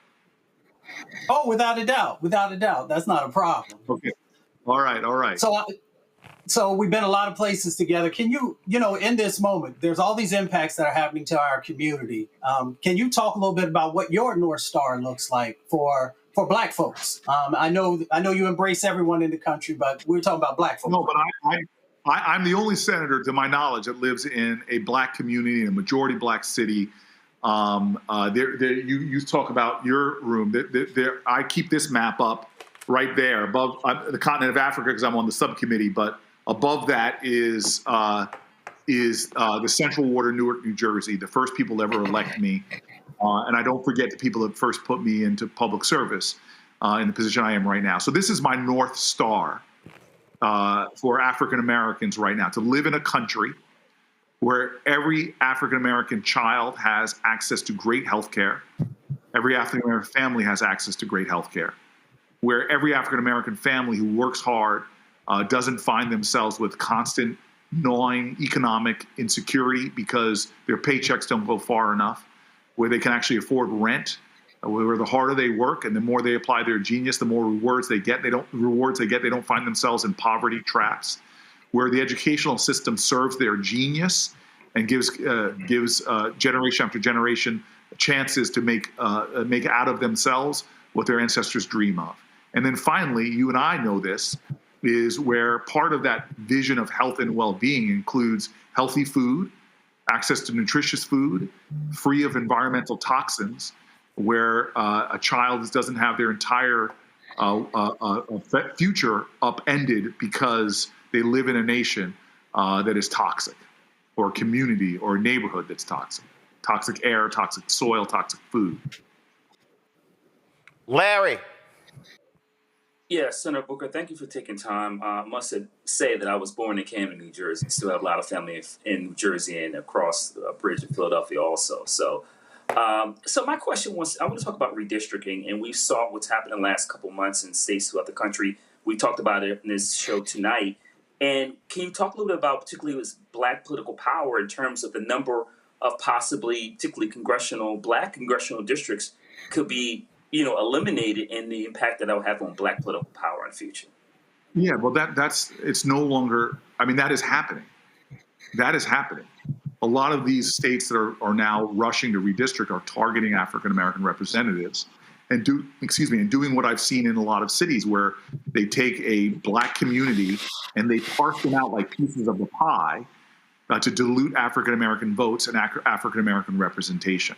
And so this, to me, is why when the Supreme Court guts the Voting Rights Act, when the Supreme Court guts the fundamental protections that African Americans have, it's what then makes us vulnerable to what I think is a bigoted targeting of legislators that are trying to undermine equal representation. Cameron Trimble, the youngster on the panel. How you doing, Senator? Cameron Trimble here. Boy, I just told your name. You ain't got to repeat your name. Go ahead and ask your question. I want to know where he's from. From Cleveland, Ohio, but here in Washington, D.C. I had the honor of serving as President Biden's Director of Digital Engagement for the first 2 years. And so my question is squarely there.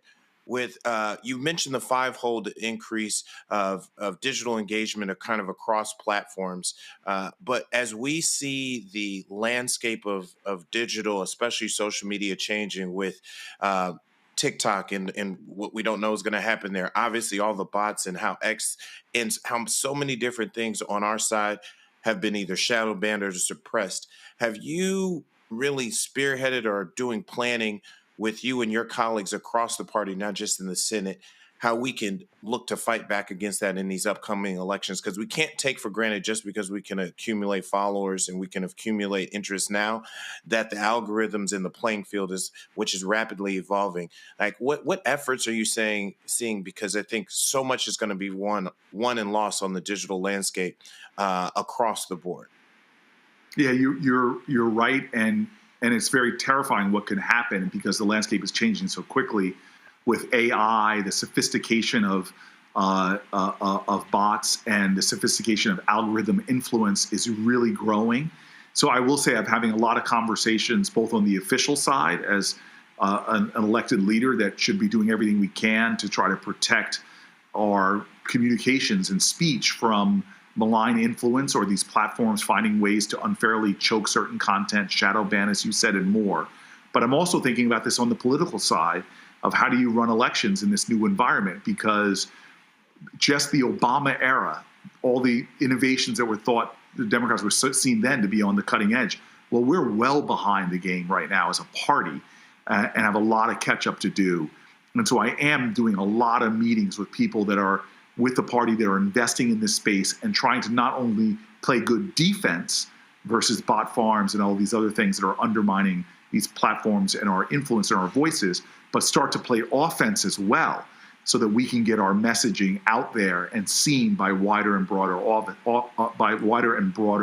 audiences. And I will tell you this, bringing this back full circle to Roland, is we who, many of us live as African Americans in the culture on certain platforms and engaging, it started back in the old days with Black Twitter, but now it's evolved in a much bigger way.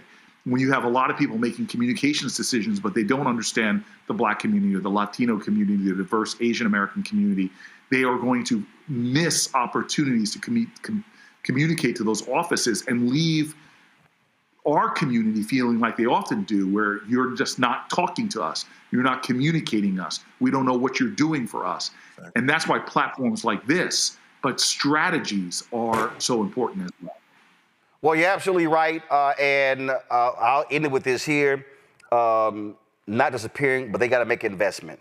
And I'm telling you, I've dealt with too many campaigns where they play us small, they throw small amounts of money, and I see other folks getting 6- and 7-figure ad buys, and I'm sitting here going, really? But then they want us to come save their asses in the last 3 weeks of the campaign. And I've said this directly to Senator Chuck Schumer. I've said it to Jeffries. I've said it to Ken Martin. I've said it to folks, DSCC, DCCC, House Majority PAC, Senate Majority PAC. Don't just sit here and reward us with meetings. Reward us also with advertising, because you do it to Sinclair, you do it to Nexstar, you do it to Tegna, you do it to CNN, MSNBC, but they always play Black-owned media small, and that's one of the reasons why we can't actually build and have scale, because we never see those dollars. Those are just facts.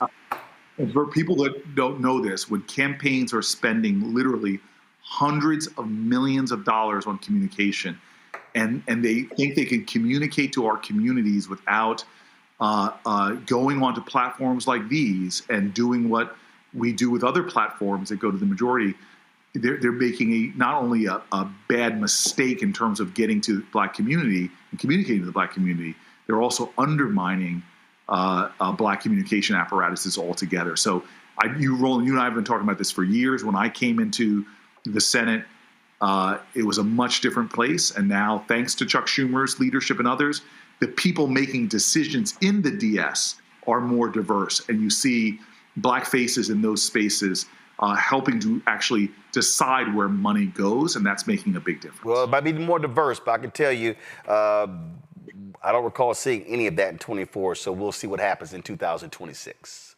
Okay, man. All right. Well, I'm running in 26, so let's talk about it. All right, Senator, we appreciate it. Send me a text, and let's have you back on, and then we'll have you in studio. Let me know when your book comes out as well. I appreciate you, man. Thank you. All right, thanks a bunch. Folks, we end the show on a sad note. Grammy-winning R&B artist D'Angelo has passed away at the age of 51 years old due to pancreatic cancer. He kept it quiet just among his family. He was born Michael D'Angelo Archer. Rose to fame in the 1990s with his groundbreaking debut album, Brown Sugar. The hit single, Lady, peaked at number 10 on the Billboard Hot 100 in March of 1996, spending 20 weeks on the charts. He reached even greater success with his 2000 sophomore album, Voodoo, which debuted at number 1 on the Billboard 200 and earned the Grammy Award for Best R&B Album. Its lead single, Untitled, How Does It Feel, also won a Grammy for Best Male R&B Vocal Performance. And of course, sisters know about that video. It cemented his legacy as one of the most influential voices in R&B. A statement from D'Angelo, and now keep in mind, he had a child with Angie Stone. She died tragically in a car crash in March. Their son, Michael, released this statement. I am grateful for your thoughts and prayers during these very difficult times, as it has been a very rough and sad year for me. I ask that you please continue to keep me in your thoughts, as it will not be easy. But one thing that both my parents taught me was to be strong. Of course, he said, I intend to do just that. As I said, Angie Stone, she passed away in a crash while she was traveling in Alabama in March. I'm going to go to you, Larry, first. It's unmistakable when you talk about the impact of D'Angelo. Did not put out a ton of work, but extremely influential. Remember that black male anthem, You Will Know. That pulled together a plethora of black male singers. That was written and produced by D'Angelo as well. Yeah, it's really hit hard when I heard the news today, Roland. Like a lot of folks, D'Angelo, that neo soul period, along with him and Erykah Badu, Jill Scott, Maxwell, others, was really important time for me as a young adult in terms of the music. But you're right, his impact on R&B and soul music is unquestionable and he's going to be missed. I remember a few months after, his album came out in 95, seeing him in DC, and the crowd and the vibes. And like I said, for a lot of black men, in terms of that balance, in terms of love for black women, but also the soul and also how we could be, vulnerable at the same time. So his music will be missed. And like a lot of black folks, I was really broken about it today. Mustafa. D'Angelo's music was pure. It actually touched your soul, and that's the reason that it will live forever. I hope that the lesson also here is that we continue to die disproportionately from pancreatic cancer. We die at the highest numbers. And I hope that, even though we've lost this magnificent brother, that because of that loss, folks will go out, make sure they're taking care of their health and making sure that they're getting tested. Absolutely. Cameron. This definitely hit home for me. I was squarely in my youth in high school and college when Brown Sugar came out, and then when Voodoo came out, and saw that real world effect. He came to Howard Homecoming while I was there. But one thing I will say is in the recent pandemic, in the Versus series, I'm so glad he got to get his flowers again. Not that he ever lost them.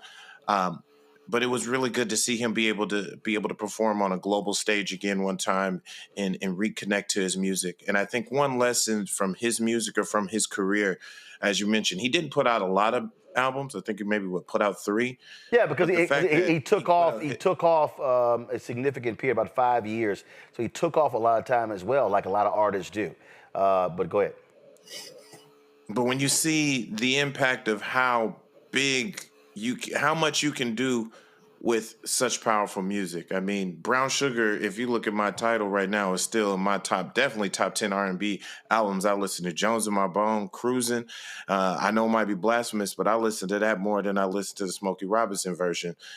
Maybe that's just my generation. But for what he was able to do, his voice, his soul, his instrumentation, his artistry, I've been able to see him at least 3 times perform in my life. I'm really sad, and prayers to his family and all his fans. This is a statement that was put out by Lauryn Hill. And she posted this: I regret not having more time with you. Your undeniable beauty and talent were not of this world, and a presence not of this world needs protection in a world that covets light in the anointing of God. You, sir, moved us, stirred us, inspired, and even intimidated others to action with your genius. Thank you for being a beacon of light to a generation and beyond who had no remembrance of the legacy that preceded us. Thank you for charting the course and for making space during a time when no similar space really existed.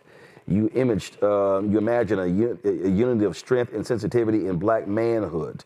You imaged a unity of strength and sensitivity in black manhood to a generation that only saw itself as having to be one or the other. It is my earnest prayer that you are in peace, far away from selfishness, fear, and or controlling interest, far from possessiveness, far from greed, far from manipulation, far from exploitation, far from intentionally designed chaos, and that you, brother, are in peace, in bliss, and in eternal light and fulfillment with our Father in heaven. I love you and I missed you. May God grant peace and shelter to your family, true friends, and genuine appreciators, Brother King. That, of course, is a statement from Lauryn Hill with regards to the passing of D'Angelo. You know, I was having a conversation, Mustafa, with someone the other day, and this individual, the sister I was talking to, she was talking about how she's been pained by a lot of things, and she said, primarily, she said, because I'm now experiencing things that my parents experienced. And I know what she was talking about. What she was talking about is that, you know, when you reach your 50s, all of a sudden, the passing of people who we know, people who we admire, whether they are entertainers or singers or athletes, but also classmates, begin to pick up because there are more years behind us and in front of us. And of course, D'Angelo was dealing with pancreatic cancer. There are people who now are experiencing so many different things. And what I tell folks constantly, and I get people, they always crack me up. They say, man, you're always going here. You're always playing golf. You're always doing this and doing that. And I remind people, I'm like, ain't no day, ain't no hour, ain't no minute, no second promised. And the reality is we got to live life to the fullest. And I always use the hashtag live life, love it. And because we have to recognize that we all have a timestamp, all have an expiration date, and we simply don't know what it is. Well, you know, I believe that we're all sent here to do good, to touch, to make sure that folks know that they're seen and valued and honored. And when I think about D'Angelo, when I think about a number of folks who have, you know, crossed over to be with the ancestors, you know, that's what they did. And that's why it's so incredibly important for us to honor folks, both when they're here in this moment, putting our arms around them, whether, you know, it is actually physically or through thoughts and prayers and connection by picking up the phone. But it is also about us honoring everything that they left behind and cherishing that and protecting it, especially in a time of erasure. You know, our music is so incredibly important. Our poetry is important. All the things that writers do is so incredibly important because it is the essence of who we are. And D'Angelo brought that forward. If you listen to his music, when we talk about soul music, his music was just that. All you have to do is turn down the lights. All you have to do is put on that album, and it takes you to another place. It replenishes you. And we should do that each and every day with each other, especially when folks are always coming for us. I always want Black folks to truly love Black folks. We talk about that, but we don't always put it into action. So, you know, hopefully this is a remembrance of how, not only how special we are, not only of our Black excellence and beauty, but also that we need to live it each and every day. Because as you said, one day there will be an expiration, but the expiration doesn't have to end who we were and what we gave back to our people and to future generations. And at that point, Larry, I think it's so important because the one thing about music, but it's not just even music, we now live in a visual world, and those words can live on and on and on. Andrew Young, Ambassador Young, accidentally texted me the other day, and I was like, yo, is it a butt dial? What happened? I hit him, and we had a brief chat. But he always says Dr. King was assassinated April 4th, 1968. He said, but literally, he said physically he's not here, but he still lives with us every day because somewhere in the world, he's being talked about, his speeches are being played, his books are being read. He said, so the reality is, he said, Martin has been living with us every single day since the day that he was physically taken from us. And that's also the power of music when an artist passes away. Yeah, absolutely. And it's funny you mentioned that because D'Angelo reminded me of one of my Philly, famous musicians, Teddy Pendergrass, in terms of sensuality in his lyrics and his appeal to women. But you're right, Roland. His music will live on, and his music will influence generations of musical artists long after we're gone. And that's the legacy that musicians can leave that many of us could never understand. But his legacy is without question, and he will continue to live on. And let's listen to his music in the car or wherever we are, working out, etc. And I send my condolences to his son. And Cameron, to the point you made earlier, listen, artists learn from other artists, so there's no doubt you're going to have a generation of artists that looked at D'Angelo, how he did music, how he produced, that voice, the writing, the instrumentation, and say, hey, man, I could gain inspiration from that. I agree. I think it was his instrumentation. It was he had a distinct voice. I think there is something to be said about him taking those breaks, touring, and then taking time to refill his creative energy, and then come back with another amazing classic and hit. That I know the modern music times in this digital age, it's harder to do. But it might, like they said, there's something over quality over quantity. And then one thing, I mean, I know we jokingly alluded to it, that Untitled, How Does It Feel? The visual of that and how striking that was. And it obviously, I was squarely in college when that came out, and that was all the rage of all the women. But what I will say, it was simple. It was simple. D'Angelo, exactly. butt naked, the black background. I don't know, but I will say, like, just in terms of when you say inspiring it, and something that was so simple, and that was, you remember the 2000s, 90s is when they're spending $500,000, $1 million, $2 million on videos, and one of the most impactful videos that still sticks out into your day is something I guarantee you shouldn't have cost more than maybe a few $1,000s, just whatever it took, the lighting and so forth. So for him to go against the mold at a time specifically then when people were pouring so much into that, and he just let the music and the visual connect. And then now when you hear it, I mean, I don't watch the video, but you hear the song, like how powerful. You like, I don't watch the video. Trust me, you put that video around a sister, the scene is going to change.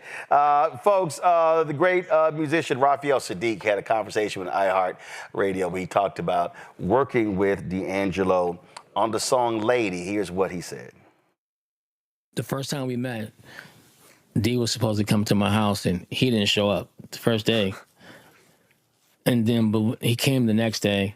But I think he thought, he was going to come to a house, and it was going to look like the rich and famous, probably with a spiral stairs and helpers, everybody in the house. And yeah, it's like, I'm going to Tony's house. It's but when he thought it's going to be a lot of people, he don't really like a lot of people, Yeah. And then he found out I don't either. So when he got to my little 2-bedroom, $235,000 crib, where, it was in the garage. It was me, him, and my engineer. Where at? In Sacramento. In Sac? Oh, wow. Yeah. And I lived in this neighborhood full of, like, lobbyists and politicians, right?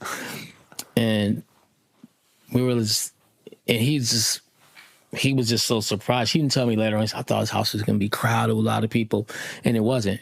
And so I started playing Lady. That's the first thing we worked on was Lady. Wow. You had that already? Yeah. Wow. I had the idea because it was supposed to be for Tony's record. The idea, but for like House of Music maybe or something? Yeah, they didn't like it. They didn't like the initial idea. They never heard it, what it was going to be. Okay. Neither did I. But I played the guitar riff for D'Angelo, and he said, I like it. I said, cool. So I was going to call somebody over to play my guitar parts over. He said, no, you should leave what you did.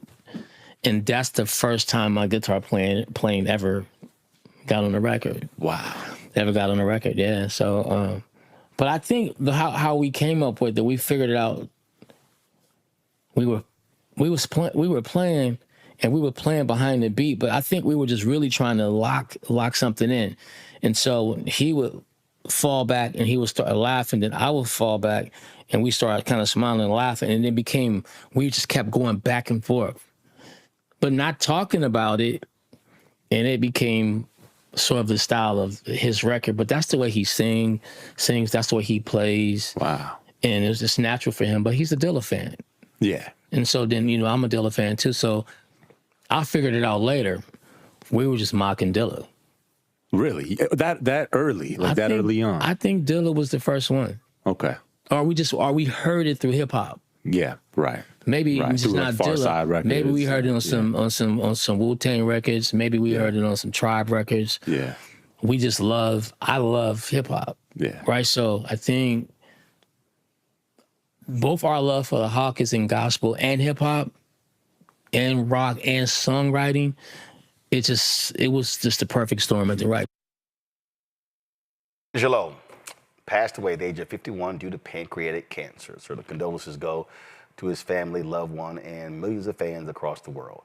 Cameron, Larry, Mustafa, I appreciate y'all being on today's show. Thank you so very much.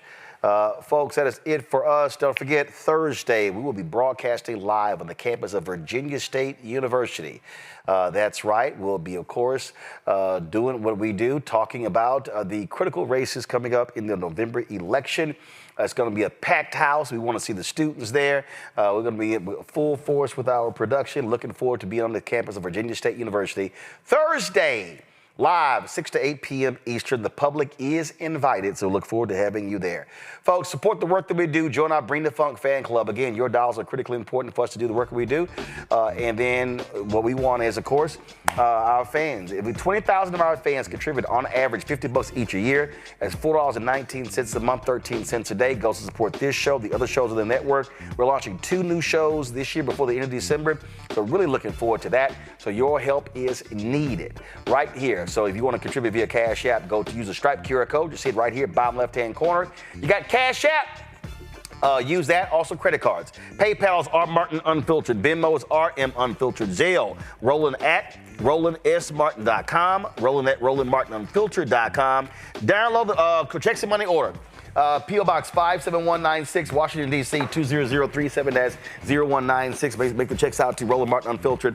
Download the app. Black Star Network app, Apple phone, Android phone, Apple TV, Android TV, Roku, Amazon Fire TV, Xbox One, Samsung Smart TV. Be sure to get a copy of my book, White Fear, How the Browning of America is Making White Folks Lose Their Minds, available bookstores nationwide. Get the audio version I read on Audible. If you want to get our Roland Martin Unfiltered Black Star Network swag, go to shopblackstarnetwork.com. You can get it all right there. T-shirts, hoodies, wall art, mugs, and all kind of other stuff. So check it out. If you want to get our black-owned products, like our Harmonic Chips, you see them right here. The products, all these products are on our site right here as well. Go to the website, shopblackstarnetwork.com. Support our black-owned businesses, y'all. Support our black-owned businesses. And, of course, download the app Fanbase, okay? Get the app. And if you want to invest, go to startengine.com/fanbase, startengine.com/fanbase. Get more information. Shout out to Jackson State. They are #1 in the swag football, so I'm rocking their shirt today. I got this when I gave the commencement address at Jackson State. And so was rocking this shirt here. And so y'all tell me what HBCU I should wear tomorrow. But remember, I only wear shirts or gear of HBCUs where I've actually been to. So Virginia State, let's see here. What did I have for Virginia State? Oh, they gave me a jacket. I need a shirt. I need a Virginia State sweatshirt and a t-shirt so I can wear in the summer. So I got but they gave me a jacket. It get a little hot, y'all, on this show in a jacket. So I'll see if I can rock that tomorrow. So we'll see what happens. And Oakwood University, hey, y'all, tell Oakwood they got to send me some gear. I spoke there in the chapel years ago, and I remember y'all, Oakwood don't have no meat on campus. Lord have mercy, they totally vegetarian. Y'all know them people were just fiending for a 3-piece. Anyway, Oakwood, y'all need to send me some gear so I can rock it on the show. Congrats to your new president. Y'all, that's it. I'm going to see y'all tomorrow. Hey, had a great time with the Brian Jordan Celebrity Golf Classic. I'm going to have that video of Brian talking about the great work that they do. They do some amazing work. We're going to have that for you as well. And then we got the recap, man, of the Chris Tucker Golf Tournament, Alex English. Man, we got some funny stuff to show y'all. And so look forward to sharing that with y'all as well. Y'all, that's it. I'm going to see y'all tomorrow right here, Roland Martin Unfiltered on the Black Star Network.